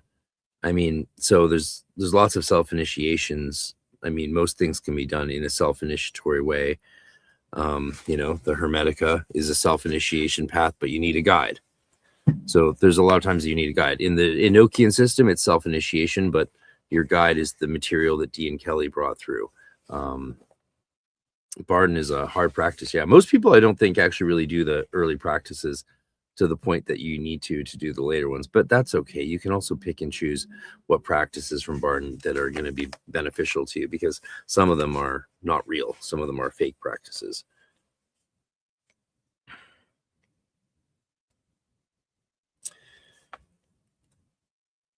There are many other topics brought up in this book, but too many to all be commented on. The first thought I had when reading the book, that because many subjects were 2 chapters long, they would be long and boring. When I approached one chapter, Etheric Magnetism, I found that the first chapter led into the sequel chapter in such a way that made me curious, propelling me forwards with excitement. I would recommend this book to anyone interested in the metaphysics of etheric energy and the recollection of past lives. Yeah, I want to reread all these books, and that's why I wanted to get my reviews of my original book reports on the record, so I could then reread them and comment on what I think of them now. Oh no, Ray says, I joined an online book club that read Barden and ended up being the only person who actually logged on having read it when we were supposed to meet. Yeah, well, that's book clubs for you, right? I mean, they're more like social clubs with a book in your hand. I like book clubs, but yeah, you do have to have time to do the reading. All right, that is the end of that. Then the next one is the training and work of an initiate.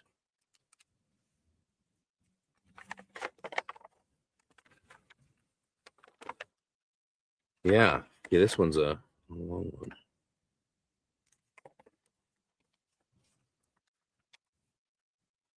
Oh boy, that's a long one. Oh my God.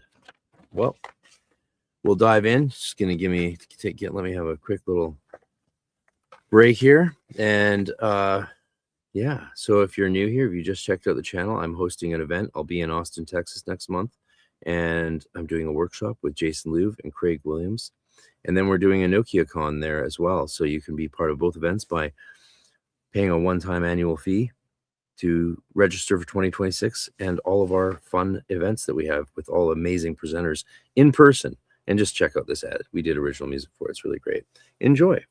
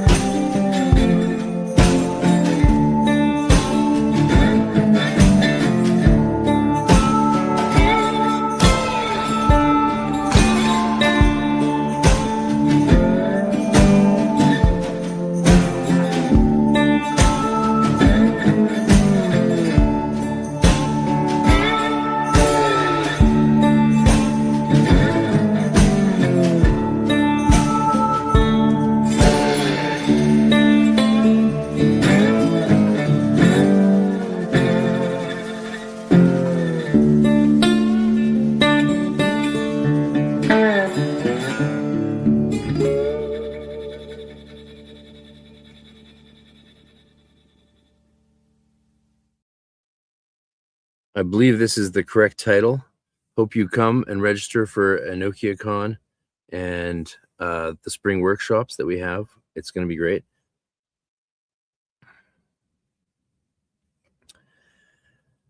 I believe I'm spelling it right. Any German speakers here?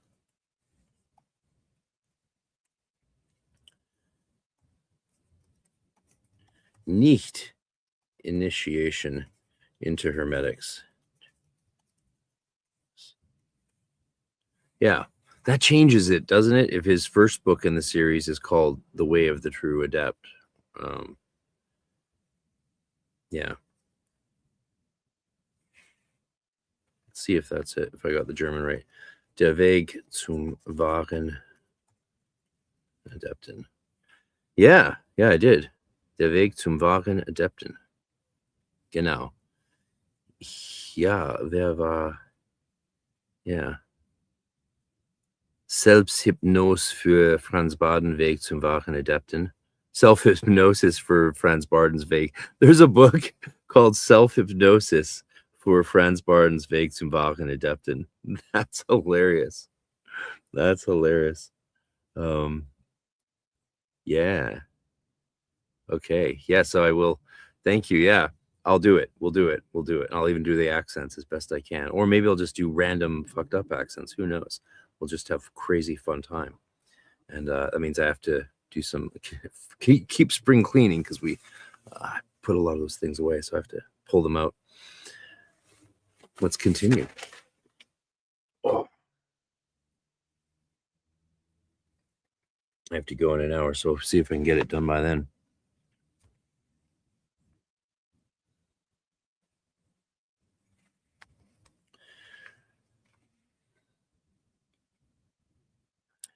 The training and work of the initiate.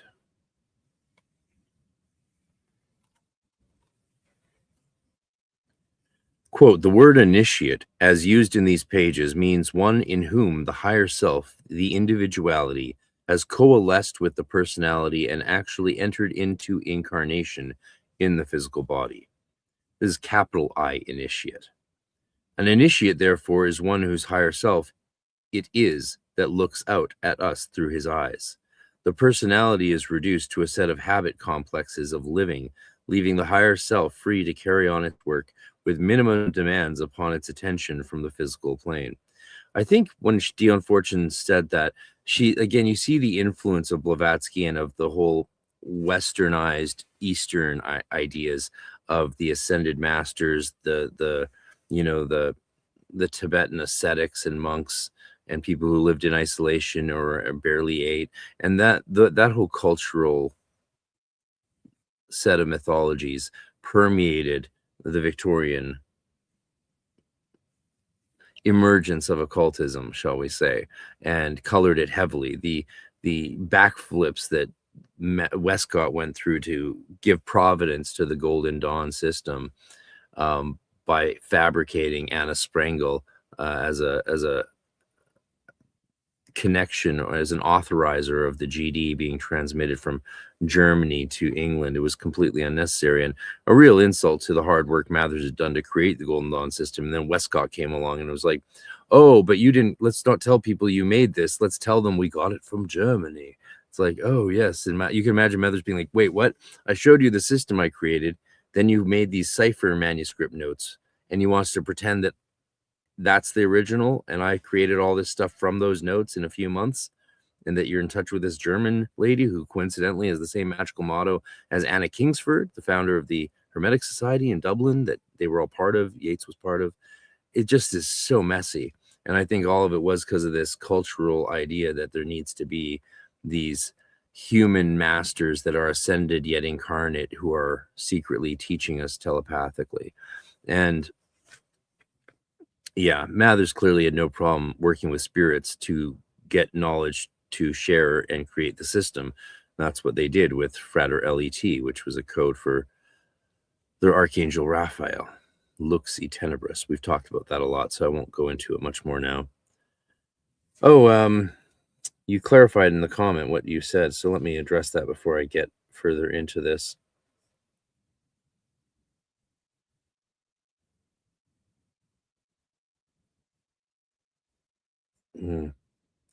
Yeah. So Dawn says, sorry, that was poorly worded. Just thinking of how a temple with teachers like the Golden Dawn can help guide the student and keep them grounded, whereas doing your own thing seems risky. Yeah, I've never seen anyone successfully do anything on their own, honestly. Not much in life has anyone ever done on their own. I mean, some things, but you want guidance. You need to have learned how to do it.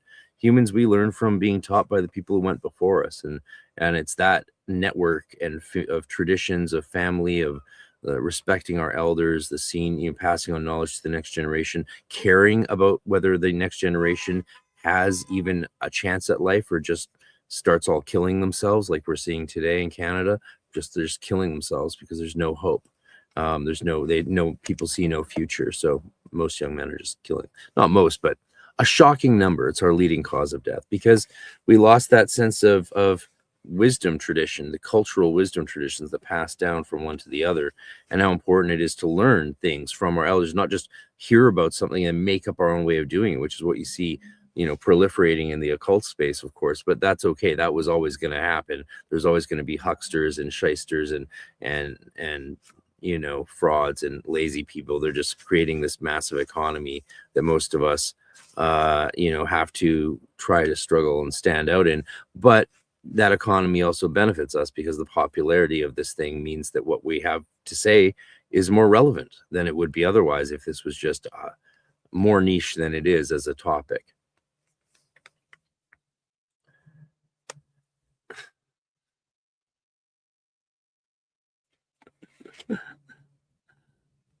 That's very funny.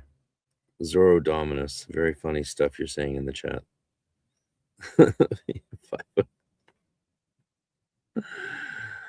Interesting. All right. The path of the initiate is well defined in this book. This book makes clear, we're doing the training and work of the initiate, book reviews I did in 1996.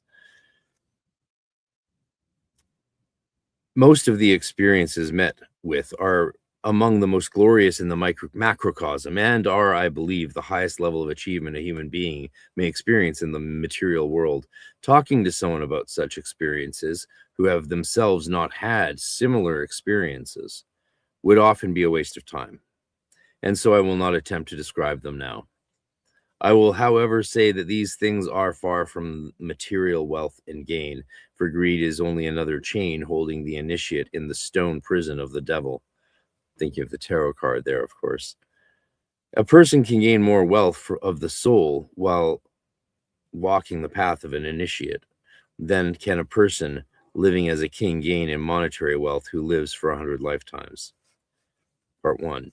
Dion Fortune divides her book into 3 parts. The first part is called Ethical, and in this section she discusses subjects such as laying the ethical foundations of initiation, the way of initiation, preparation for initiation, and daily life on the path of initiation.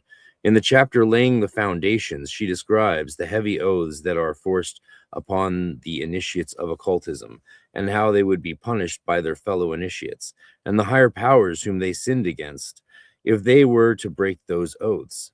She says that many great insights come from spiritual intuition, but that most people do not have the well-correlated vehicle of consciousness to understand all the symbols of such intuitive revelations. I agree with what she says about the preparation of the mind and consciousness, and find, as with most of her advice, that it aids me practically in my own studies and practices. I also found that this chapter of the book brought to me a deeper understanding of the Kabbalistic rituals and in what way they aid spiritual development.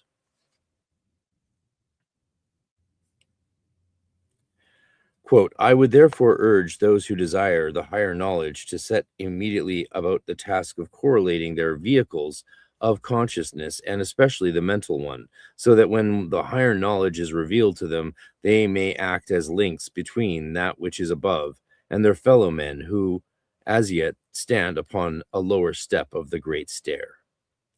Now, in the chapter The Way of Initiation, Dion Fortune says that most people in the world are happy with how the world is, as long as it doesn't treat them too badly. I think that's true. She states that most people take for granted the inevitableness of suffering as long as it does not affect them directly, or too severely, I would say. Then from the whirlwind of the mundane, she brings in a light of hope, saying that there are, however, a few men and women who are not content with what they see, but are urged forward into the depths of being to search for the occult truth. These people are the initiates, whether they know it consciously or not. Dion Fortune outlines two kinds of initiation: physical initiation, in which the person is initiated into a tradition of esoteric wisdom that has been formulated and collected by men and women over the centuries. Quote, the second form of initiation is declared to be a spiritual experience, wherein the soul establishes contact with the inner higher powers and is admitted to the fellowship of the great souls on the inner planes. Now, these are the people who run in the walk of evolution. This particular chapter in the book, I feel, was meant for every human being on earth to read. Quote, the gate is open, it is for him to tread the path. And that's what she says in the way of initiation. So the third chapter in her book here is called Preparation for Initiation, and defines initiation and what it is to be an initiate. For me, this greatly helped to improve my somewhat vague understandings of initiation.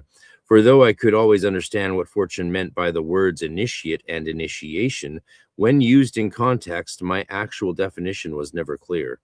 I now know that the word initiate, quote, this is a high grade of initiation and is normally preceded by lesser initiations of graded intensity, means someone whose higher self has overcome their personality.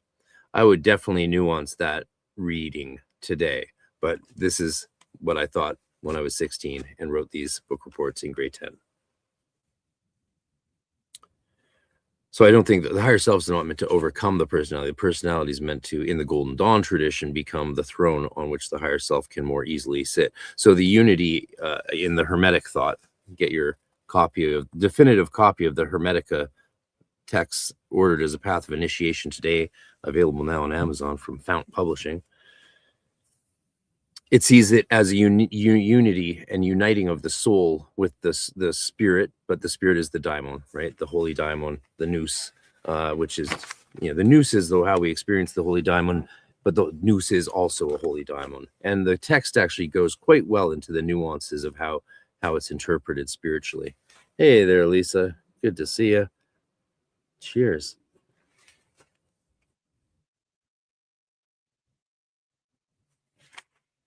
Was someone like spamming the chat?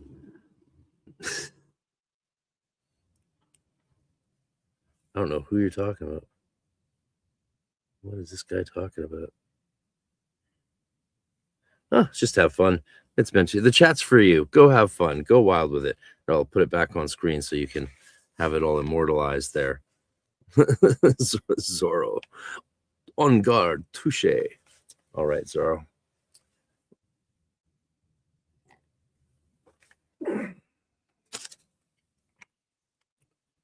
Where are we?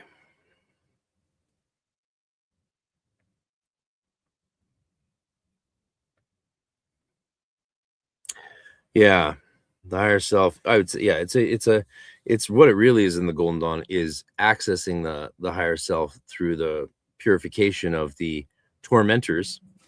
Yeah, this is actually here. Let me read to you directly from the Hermetica. This is how initiation works in the Hermetic tradition, according to the actual text itself. Pop. So this is how it's done. What then is true, thrice great? I read this last night too, so but that's okay. What then is true, thrice great? Talking to Hermes. What is not muddied, child, or bounded? What has no color or shape or change? The naked, the brilliant, what is comprehended from itself, unaltering, the good. And that refers to the monad. What has no body? I'm truly insane, Father. I was thinking that I was so wise under your direction, but my perceptions of this notion are blocked. So it is, my child. What floats upward is like fire, and what sinks down is like earth. What is moist is like water, and what one breathes is like air. But how can you conceive with your senses what is not hard or moist, not bound tight or hanging loose? What is conceived with the power and energy of the higher consciousness alone? It requires someone who can understand birth in God with the higher consciousness. So That's the key line. It requires someone who can understand birth in God with the higher consciousness. So I am unable, Father? Hardly, child. Withdraw into yourself, and it will come. Want it, and it happens. Disable the senses of your body, and then the birth of divinity comes. So this is the direct reference to what Dion Fortune is then describing as, well, in her book, as the higher self overcoming the personality. It's purifying the personality so that it can shine through more. And that's how Thomas Merton phrases it when he looks at it not in terms of higher and lower self, but as true and false self in his mystical writings. And the great Thomas Merton. Purify yourself from the... hardly, child. Withdraw into yourself and it will come. Want it and it happens. Disable the senses of your body and then the birth of divinity comes. Purify yourself from the irrational punishers made of matter. I have punishers in myself, Father? Not a few, child, but many and terrifying. I am ignorant of them, Father. That's the first punishment, my child, ignorance. The second is grief. The third, lack of control. The fourth, desire. The fifth, injustice. The sixth, greed. The seventh, deceit. The eighth, envy. The ninth, trickery. The 10th, rage. The 11th, recklessness. And the 12th is spite. They are 12 in number, and beneath them are many others, my child, who can compel our inner human to suffer through the senses by means of this prison, the body. But they depart not in disorder from the one who receives God's compassion, and that's how and why rebirth happens. We see a bit of the spite in the chat, don't we?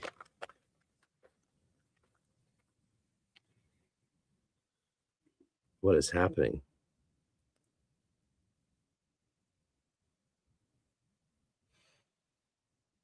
$4,000 something on this mission. Soul is the only thing in the universe that you can own. It is made from gravity alone. Ionized plasma. So I don't think it's made from plasma. Don't think the soul's made from plasma.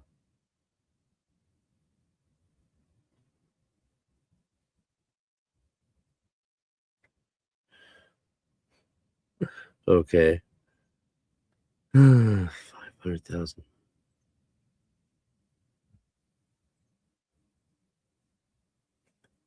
What? Wrong. You're listening to the wrong things instead of man. That doesn't even make sense.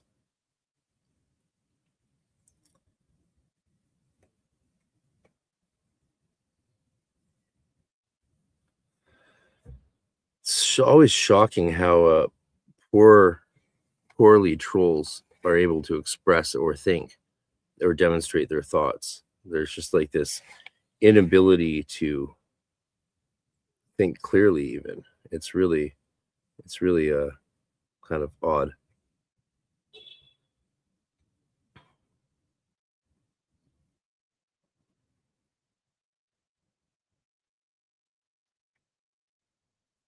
All right. Moving on. It gave Zoro a 24-hour timeout. He can go practice his swordplay and come back and insult me another day. Where were we? We were having fun, right? Let me just have a sip.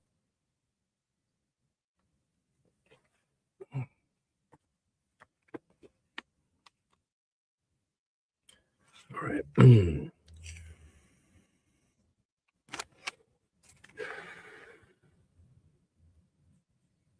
According to Fortune, this is the highest level of physical existence anyone can achieve. Yeah, that's what the Hermetica says. Then you die and you rise up in your tunic of fire and are united with your holy daimon, which is you, and become like the star gods or angels, but better. The integration of how Fortune explains what initiation is and the contracting of a master is written in such a way that it brought me to a form of self-realization on the subject. The image Fortune sets of the master, first contacting the student superconsciously, and the imprinting of the master's symbol and ray of operations in the student's Kether sphere, Kether meaning crown, the first Sephira, highest point of manifestation, the Ehie, the highest part of the soul. Above their head is an image of occult clarity. After defining and discussing initiation, Fortune goes on in this chapter to detail the options following initiation, the path of the mystic and the path of the occultist.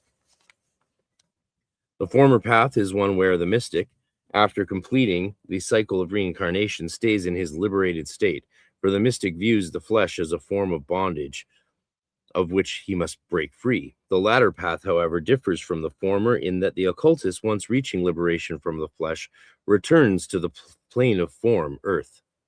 The occultist's goal is to then aid humanity, so as did Jesus of the Christ energy or ray. Quote, that the mystic aims at escaping from the bondage of the flesh, never to return, whereas the occultist designs to return to matter, bearing with him the fruits of his labors. It is not, however, that the mystic abandons the world, for his prayers helped to lift the planet's karma on the inner planes. When I had read the chapter, I came to the realization that my goal, and what I believe is the obvious goal, is to be both mystic and occultist in one, as was Jesus. So I think she has accidentally created sort of a straw man there, but you can definitely see where she's coming from and why she's making the distinction between occultists and mystics. I mean, we understand why she's doing that, right? But if you're an occultist and not a mystic, I think you're in the wrong line you're on the wrong path. Or then maybe you're just, again, nothing wrong with people just being armchair occultists or doing what Dr. Sledge does and just study it scholarly and not believe that any of the stuff in it is real. Just, but I think occultists should be mystics, and some mystics are occultists. But this differentiation is a false, it's a false, what's it called? Dichotomy. In general, I think that's the case.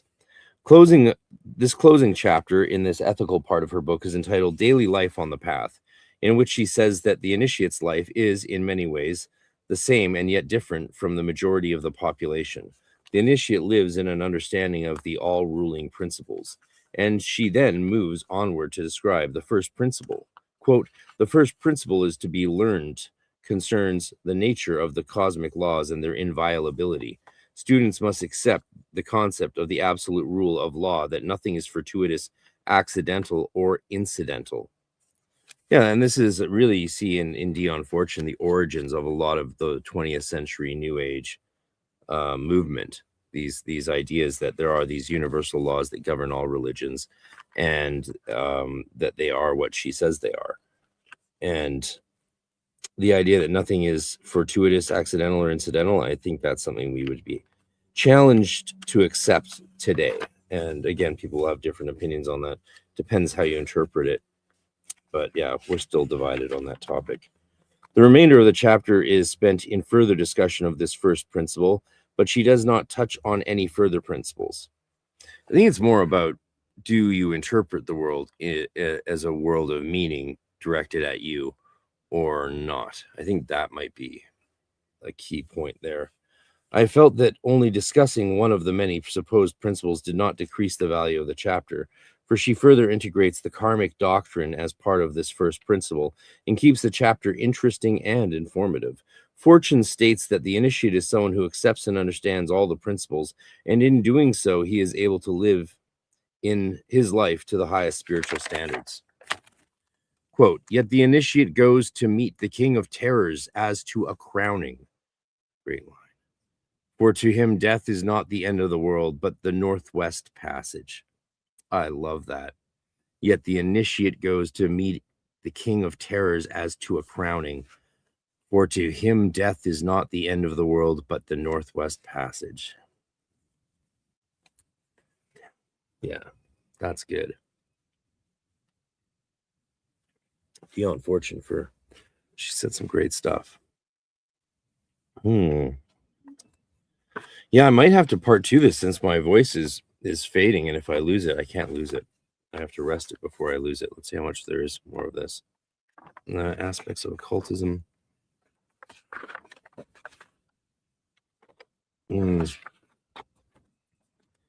Yeah, there's a good bit more.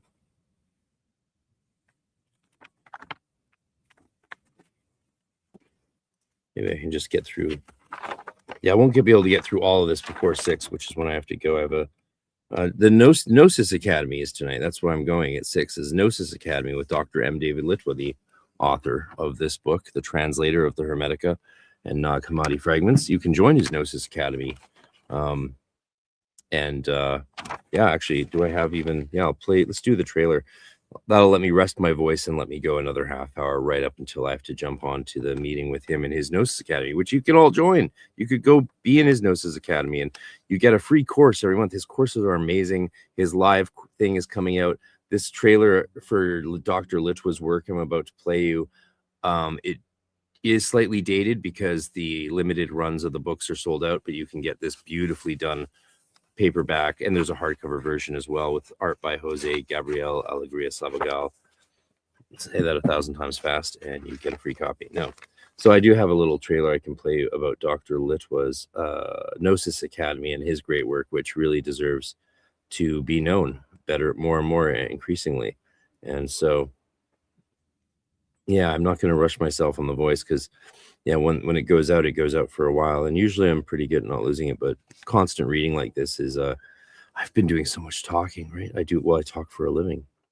And we're trying to keep Dr. Litwa writing for a living so he doesn't have to become one of these guys doing reactions or debates with fucking nut job apologists on YouTube, right? So if you can join his Gnosis Academy, it's like $50 a month. You get the monthly meeting that we all go to, and you get the courses. The courses are really what it's about. You get a free course every month, and the courses are great. You get a bunch when you join. So let's see if I can give you my little promo for Dr. Litwa. Here we go. The Hermetic Bible has finally arrived. After publishing Hermetica 2 for Cambridge Press, Dr. M. David Litwa, Ph.D., published Post-Human Transformation in Ancient Mediterranean Thought, Desiring Divinity, and 1 or 2 other dozen major works. From early Christian studies to Gnosticism and the Hermetica. Dr. Litwa also teaches and translates Ancient Greek and Coptic. If you want to study more with him, join his Gnosis Academy, which meets monthly, and also you get to enjoy and participate in his many online recorded courses, getting a new one each month that you are a member. As a member myself, I can tell you these are well worth your while, and you get to explore and study with other like-minded people, scholars, and teachers themselves in many cases. Join the Gnosis Academy and get access to all of Dr. Litwa's work today, including an introductory course on the Hermetica, which follows the translation of the Stobaean fragments in Hermetica 2. But finally, the great announcement is here. The Hermetic Bible has arrived, and Dr. Litwa has retranslated the Hermetic fragments and the Nag Hammadi Coptic into a new Hermetica 1, ordered as a path of initiation, and now released in the definitive edition from Fount Unlimited, an offshoot of Anathema Publishing in Canada, with beautiful artwork by Jose Gabriel Alegria Sabagal. Explore Hermetica and the Way of Hermes by pre-ordering the limited edition hardcover today, which ships out this spring. The unlimited paperback will also be available, as well as the deluxe version, which is already sold out. Explore the Way of Hermes with Dr. M. David Litwa, and stay tuned for more exciting announcements from Fount Unlimited, Anathema Publishing, and the Gnosis Academy.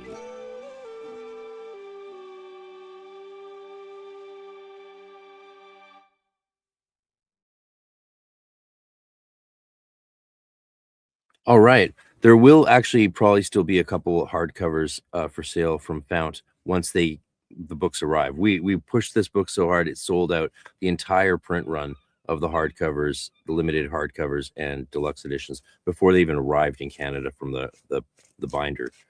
So that's pretty cool. So when they get their stock, they'll let people know, and stay tuned. Join the Fount email list, Fount Unlimited email list, and Anathema Publishing email list. Join it all, and you might get notified of the beautiful hardcovers when they come out. Can't wait to see them myself. But the soft cover is available. Go grab one, because Then you can make notes, highlight all the parts that you want to use in your liturgies and rituals. All right, let's see if we can get through part 2 at least. The second part is called theoretical, and this is we are doing Dion Fortune's The Training and Work of the Initiate from my grade 10 book reports. In this section, she delves deeply into the theories of occultism. She dedicates 3 chapters to the ground plan of Illuminism, which for me brought a great deal of Illuminism, especially in her definitions of mysticism and occultism. She then devotes the rest of this section to the headwaters of occultism and the sources of the esoteric Christian tradition. In the chapter A Ground Plan for Illuminism 1, Fortune continues to discuss the various differences between mysticism and occultism. She states that they are simply 2 different paths to the same goal, reunion with the Godhead. Fortune clarifies the 2 paths together under one title, Illuminism. Interesting, right? So yeah. She is constructing this idea of mysticism being the more monastic. I think she should have said monastic or something other than mysticism, because that would have, like, the ascetic or the monastic, the quiet, receptive path, rather than the, God, it's just, yeah, the dichotomy she set up is, I guess, is what it's almost useless, but we get its point.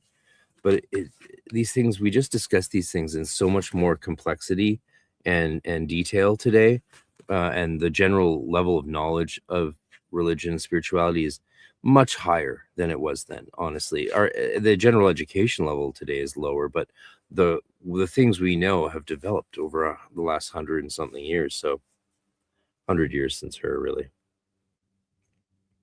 But she wraps up occultism and mysticism in this idea of Illuminism. Either way, we're trying to become illuminated by our higher natures and the God in us, which is an idea that is, of course, heretical to Roman Catholicism and many other religions. In Roman Catholicism, there can't be any substance of God in us. It's very important that they don't allow for that. So it is the objective of these 3 well-organized chapters to give the reader a ground plan of Illuminism. In Fortune's well-understood definitions of mysticism and occultism, I occasionally have the feeling that some of her examples are biased. Yeah, even then I noticed it. This opinion may be true, but it could also be very well due to the lack of knowledge on my part. For this is the first book I read in which someone compares the 2 paths to each other, or defines them as 2 different paths. To give a stronger impression of what the 2 paths are like, Fortune gives some examples. This might be a bit painful. Buddhism, Christianity, and some secondary movements such as Christian thought, and that's where you can't do medicine and you can't go to the doctor, you just can only read the Bible and think positively, sort of comes out of New Thought. Christian thought was a Christian denomination. Christian Science, I believe, is what she means. Christian Science. New Thought, Christian Science. Fortune classifies as mysticism. So Buddhism, Christianity, or mysticism. Then Hinduism, Kabbalistic Judaism, and derivatives such as theosophy, alchemy, and spiritualism, she classifies as occultism. Yeah, we would not, none of these definitions hold up today. With this and all of the other thoughts and subjects crammed into this small 6-page chapter, it all seems difficult to comprehend if it was not for the following 2 chapters in which all is made clear. In the following 2 chapters devoted to the ground plan of Illuminism, Fortune discusses black and white magic and the power the seer has to gaze into the astral realm of Maya, illusion. She also gives a further definition of what magic truly is. To know more, one must read this truly excellent book. Quote, when we are considering such a vast ramifying subjects as the supernormal sciences, some schematic classification is necessary, for they range from psychism to ceremonial magic, and from the mystic's divine union to pacts with non-human entities who may or may not be the devil. By which she means you can make pacts with the devil or with other spirits and beings.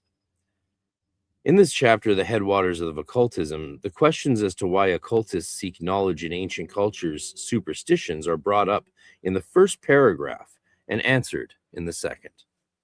This is done in a clear and straightforward way and left no space for misinterpretation. The reason I'm stating this so clearly is that after the first two paragraphs, the chapter continues in a different and possibly confusing direction. It took me a large amount of concentration to follow her somewhat erratic line of thought.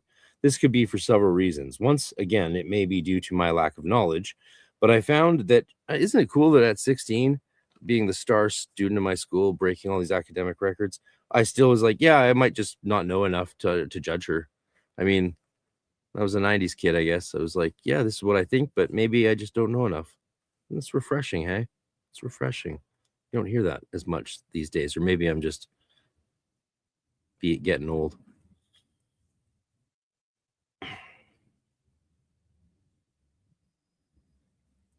But I found that she jumped from one vague term to another. She did not take the time to explain what she meant. Yeah, that's a problem in occultism, is occultists using terms and not defining them. It's like when people say, this is what Gnosticism believes. It's like, what Gnosticism? When? Where? What part of it? In popular understanding, people treat everything as if it's one thing without any sense of its history, variation, or differences within itself. And that's a problem. That's also what scholarship came along to help us for, why we developed scholarship. Once again, it may be due to my lack of knowledge, but I found that she jumped from one vague subject to another. She did not take the time to explain what she meant. Through all her irregularity, I did, in the end, have one solid concept in mind.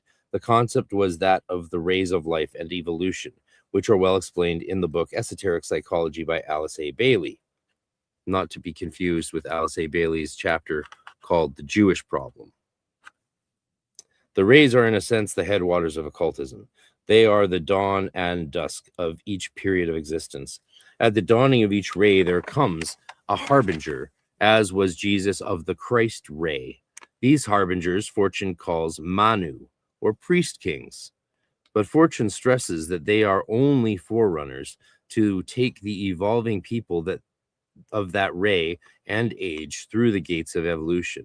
Fortune mentions Manu as Melchizedek, of whom I have heard reference to only in other books by Fortune, because I wasn't raised Christian, so I'd never heard Jewish or Christian stories really, except a little bit in grade 3 when we studied the biblical mythology. Yeah, we studied the Bible as mythology in grade 3. Every year in Waldorf, we study a different mythology. But I wasn't raised Christian. I was raised in the Maharishi tradition of yoga, so I didn't know. I'd never heard of Melchizedek or the priesthood of Melchizedek. But this would have been, that's assumed common knowledge for most Western people up until the last 100 years. Where were we?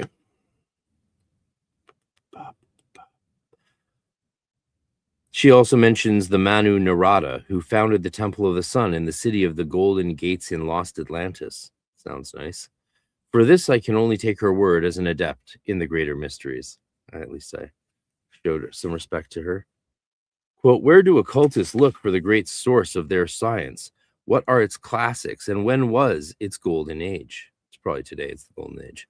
People are sometimes surprised that the occultist should take seriously the scientific views of the ancients concerning himself with humors and all the jargon of alchemy.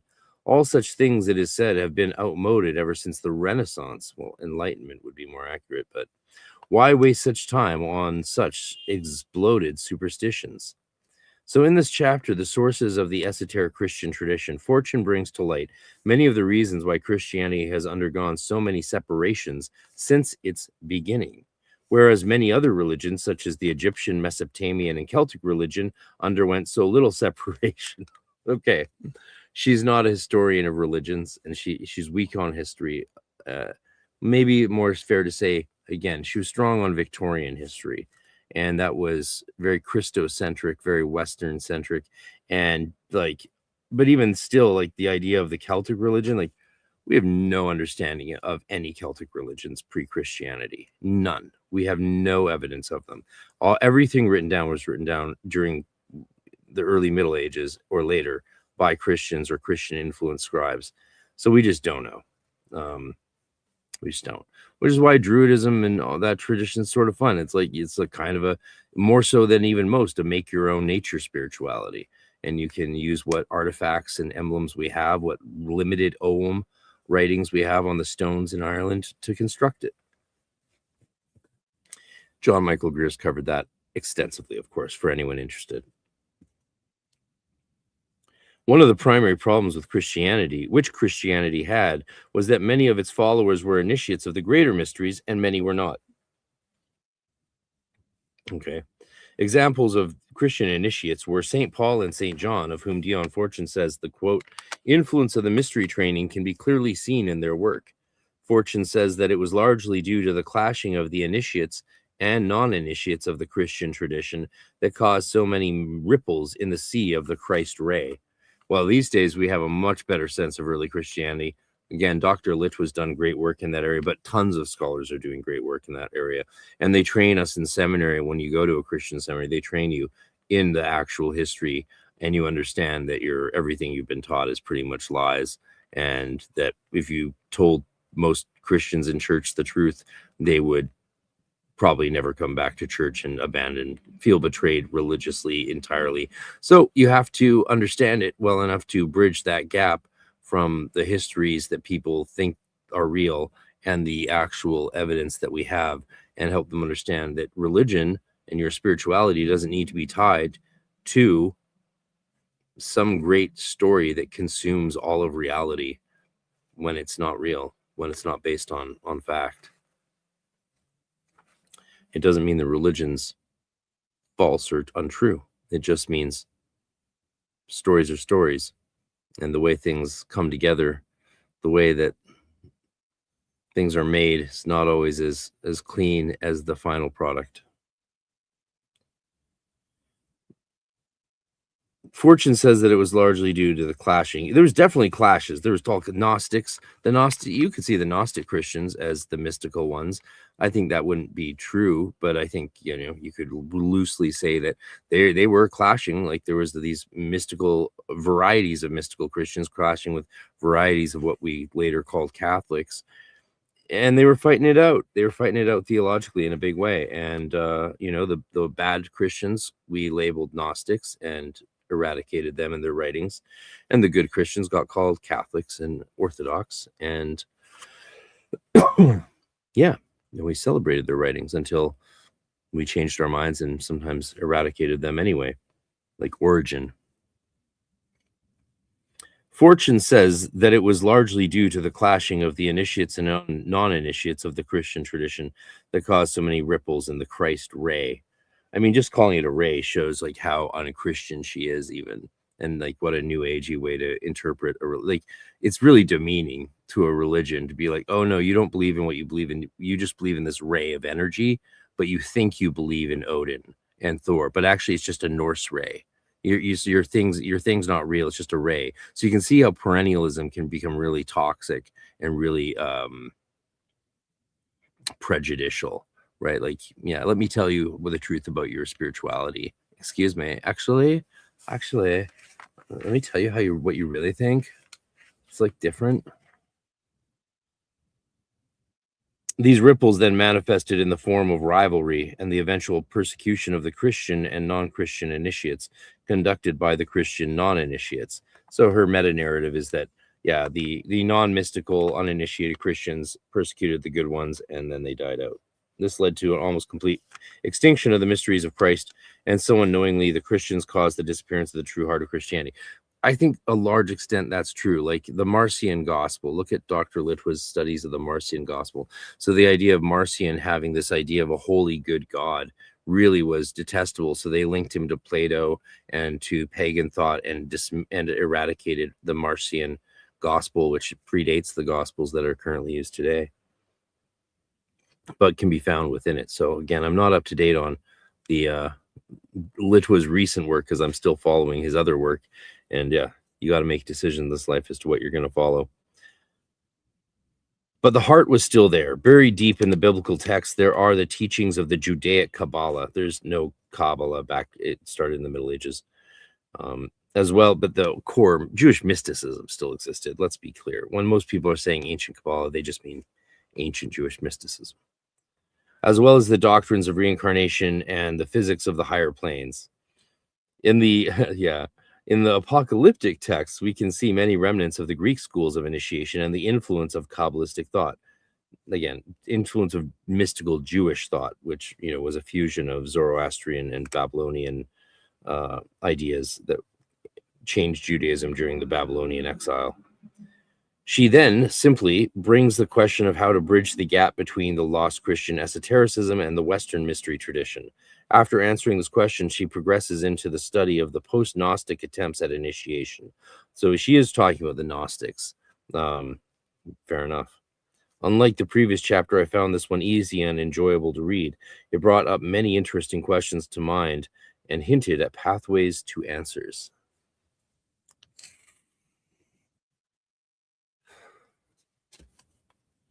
Quote, these influences, those of the Alexandrian Greek and Kabbalistic, crystallized into the Gnostic aspects of Christianity. Later, however, there were other attempts at reviving the mysteries, and the three most notable of these were, first, the School of Initiation, which had for its symbolism the Grail and Round Table, and which drew its inspiration from Druidical sources. This school disappeared in the general disorganization of society during the Dark Ages. See, she's calling it the Dark Ages, which means she's already fallen for a Protestant polemic that reframes the Golden Age of the Middle Ages as a Dark Ages, which is what the Protestants wanted people to see it as. So they started calling the Middle Ages, which were a Golden Age, as the Dark Ages. Ooh, the bubonic plagues and evil popes and stuff, right? But no, it wasn't. It shouldn't be called the Dark Ages. It was a Golden Age for sure. Secondly, the Knights Templar, who while fighting the infidel in the Holy Land, came in touch with the last survivors of the secret tradition of Israel, and from them received initiation. This is a popular story. They brought back to Europe the secrets thus gained, giving them a Christian expression until their suppression. The suppression, that's a nice word for what happened to them in AD 1307. Thirdly, that curious movement which announced itself by the publication of the Fama Fraternitatis. This gave rise to alchemy. So she doesn't say more about that because she's part of that group, right? The Rosicrucians. So she doesn't say much more about the Fama Fraternitatis due to her 5=6 vows. Yes, we've all heard Stephen Skinner's story about Alice Bailey, and it's a fun one. He said her name. Someone said her name during an evocation, and a bunch of books were donated, which I believe it. Some spirit was like, "Yeah, right on it. I'll get right on that. I'll go check out your spirits." Okay, I need one more quick break to give my throat a rest, and then I'll do the last bit before I have to go. So here's a quick 1 minute. Give me 1 minute. I'll be right back. The Arcane Research Society returns to bring esoteric scholarship and practice in 2026 with 2 major events held in Austin, Texas. Register for an annual membership and attend online or in person all of our annual events, including June 13th, our spring workshop, and November 6th through 8th, EnochiaCon, our full esotericism conference. The ARS Spring Workshop features 3 workshops led by Jason Louv, Craig Williams, and Frater RC. Spend a whole day in downtown Austin, Texas, enjoying these hands-on deep dives with experts in their fields. Register today for all live events included with ARS annual membership, Spring Workshop, and EnochiaCon, which features too many amazing presenters to name. Sign up today at arcaneresearchsociety.com.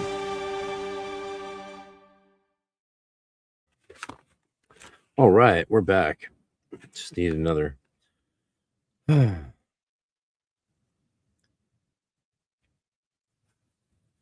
So we got the third part of this chapter. It's a long chapter. I think I have time to get through it. Let's do it quickly. Part 3. The third part is called Practical, in which I found the 2 most valuable chapters, the training of the mind and the training of the body. I found this book to be very well organized, and her points made to the point and bluntly, which I found for me only increased the effectiveness of her writing. Again, this is 16-year-old me writing that I'm reading to you. Yeah.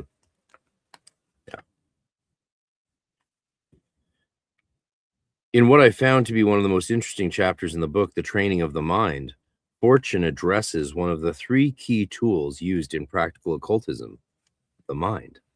She divides the mind into having 3 main faculties: feeling, will, and reason.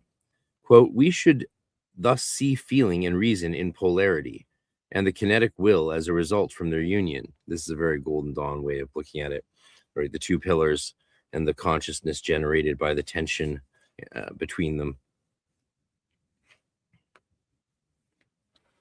She describes the formula and uses the magical weapons and the way in which the etheric double is empowered with the specific vibratory energy that is channeled through the physical weapon. The way in which this is said by Fortune clarified many obscurities about process. Excuse me. She then firmly teaches that a necessary step is the strengthening of the will. She says that this is done by the focusing of the will on one specific point. Sound familiar? This, she states, not from personal opinion, but from occult doctrine. Yeah, Meditation 1 from the Stella Matutina Golden Dawn branch that she was in. Such things are obvious when a person is in touch with their true will or higher self. We see these as 2 different things really in the Golden Dawn, but they can easily be conflated and people can understand what you're talking about. But it's not very helpful unless you define your terms as you use them. She warns that the initiate follows a path of strict discipline so that he becomes in complete control of his will. Without this, the initiate will be unprepared for the road ahead. I fully realized the necessity of the trained will, and this part of the chapter had a strong effect on me, especially since I was really into Barden's work, right? Practicing Barden's methods at this time. I was obsessed and spending a lot of time during my days doing it. I fully realize the necessity of the trained will, and this part of the chapter has strong effect. For as she says in her example, the untrained will can slow magical operations considerably if the magician cannot keep his concentration. It's the key point, man. It's so key. I mean, concentration without effort is the goal that leads us to being able to do a whole bunch of other things.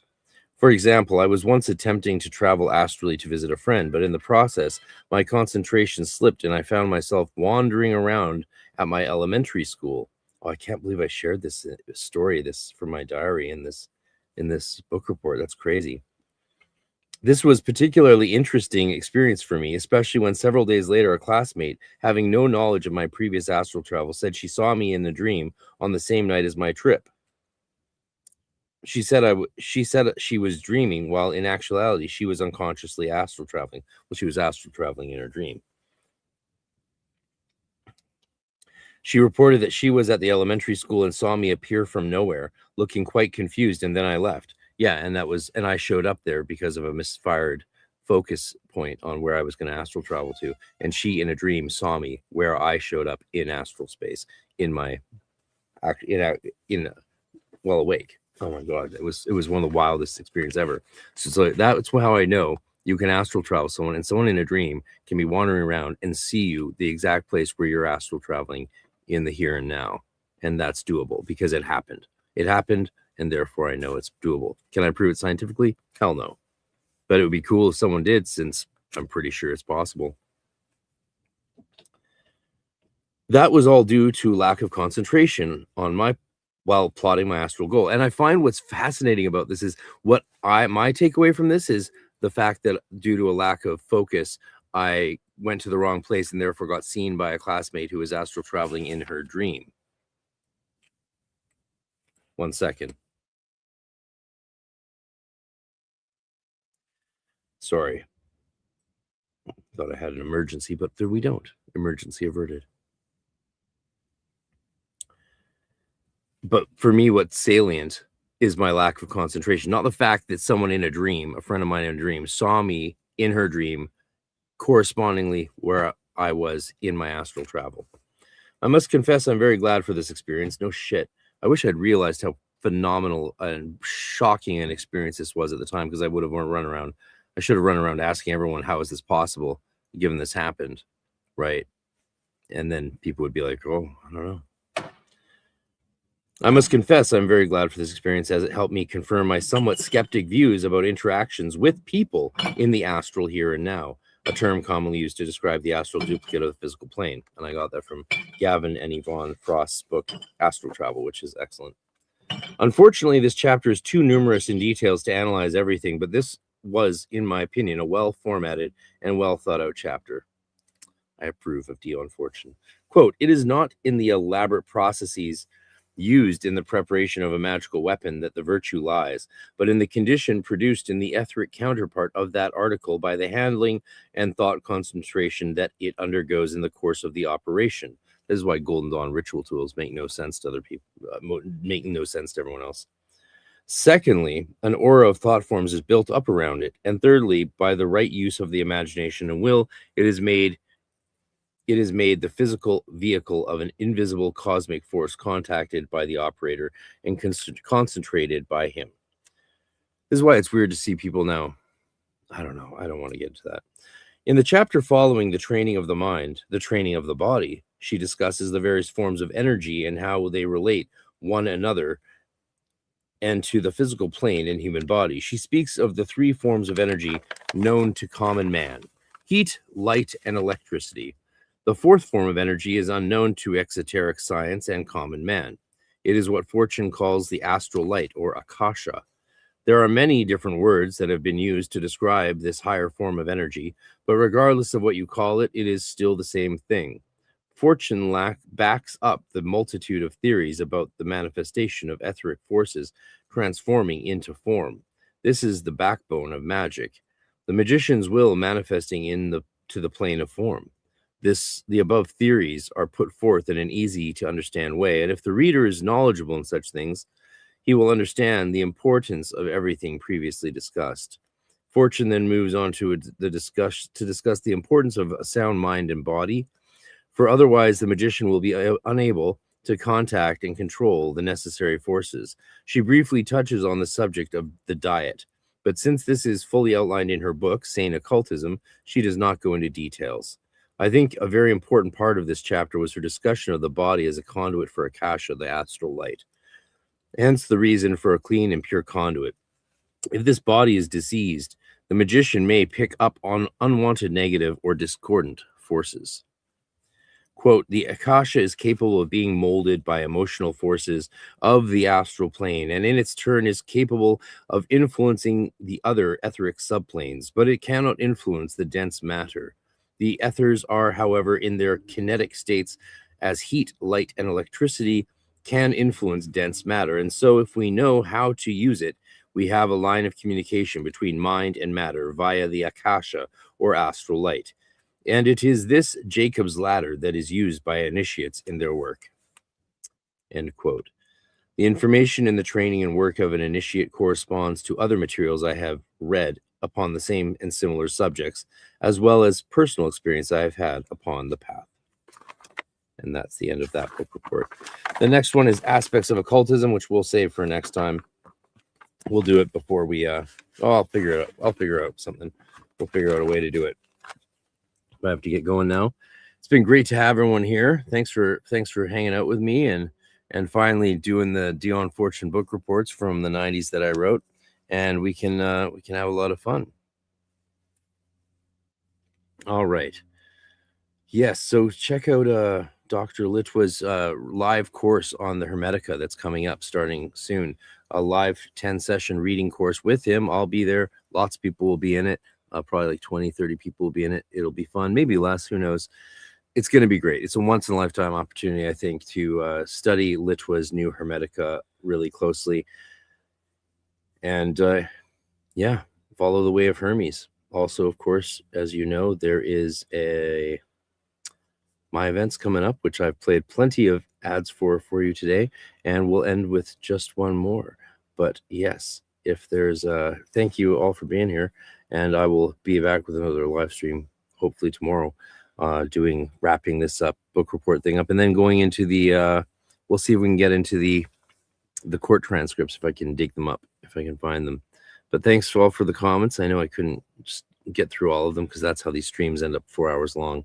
So we'll just call it there. And thanks, and have a wonderful Sunday. Enjoy the sun, enjoy the light, the light of light and life.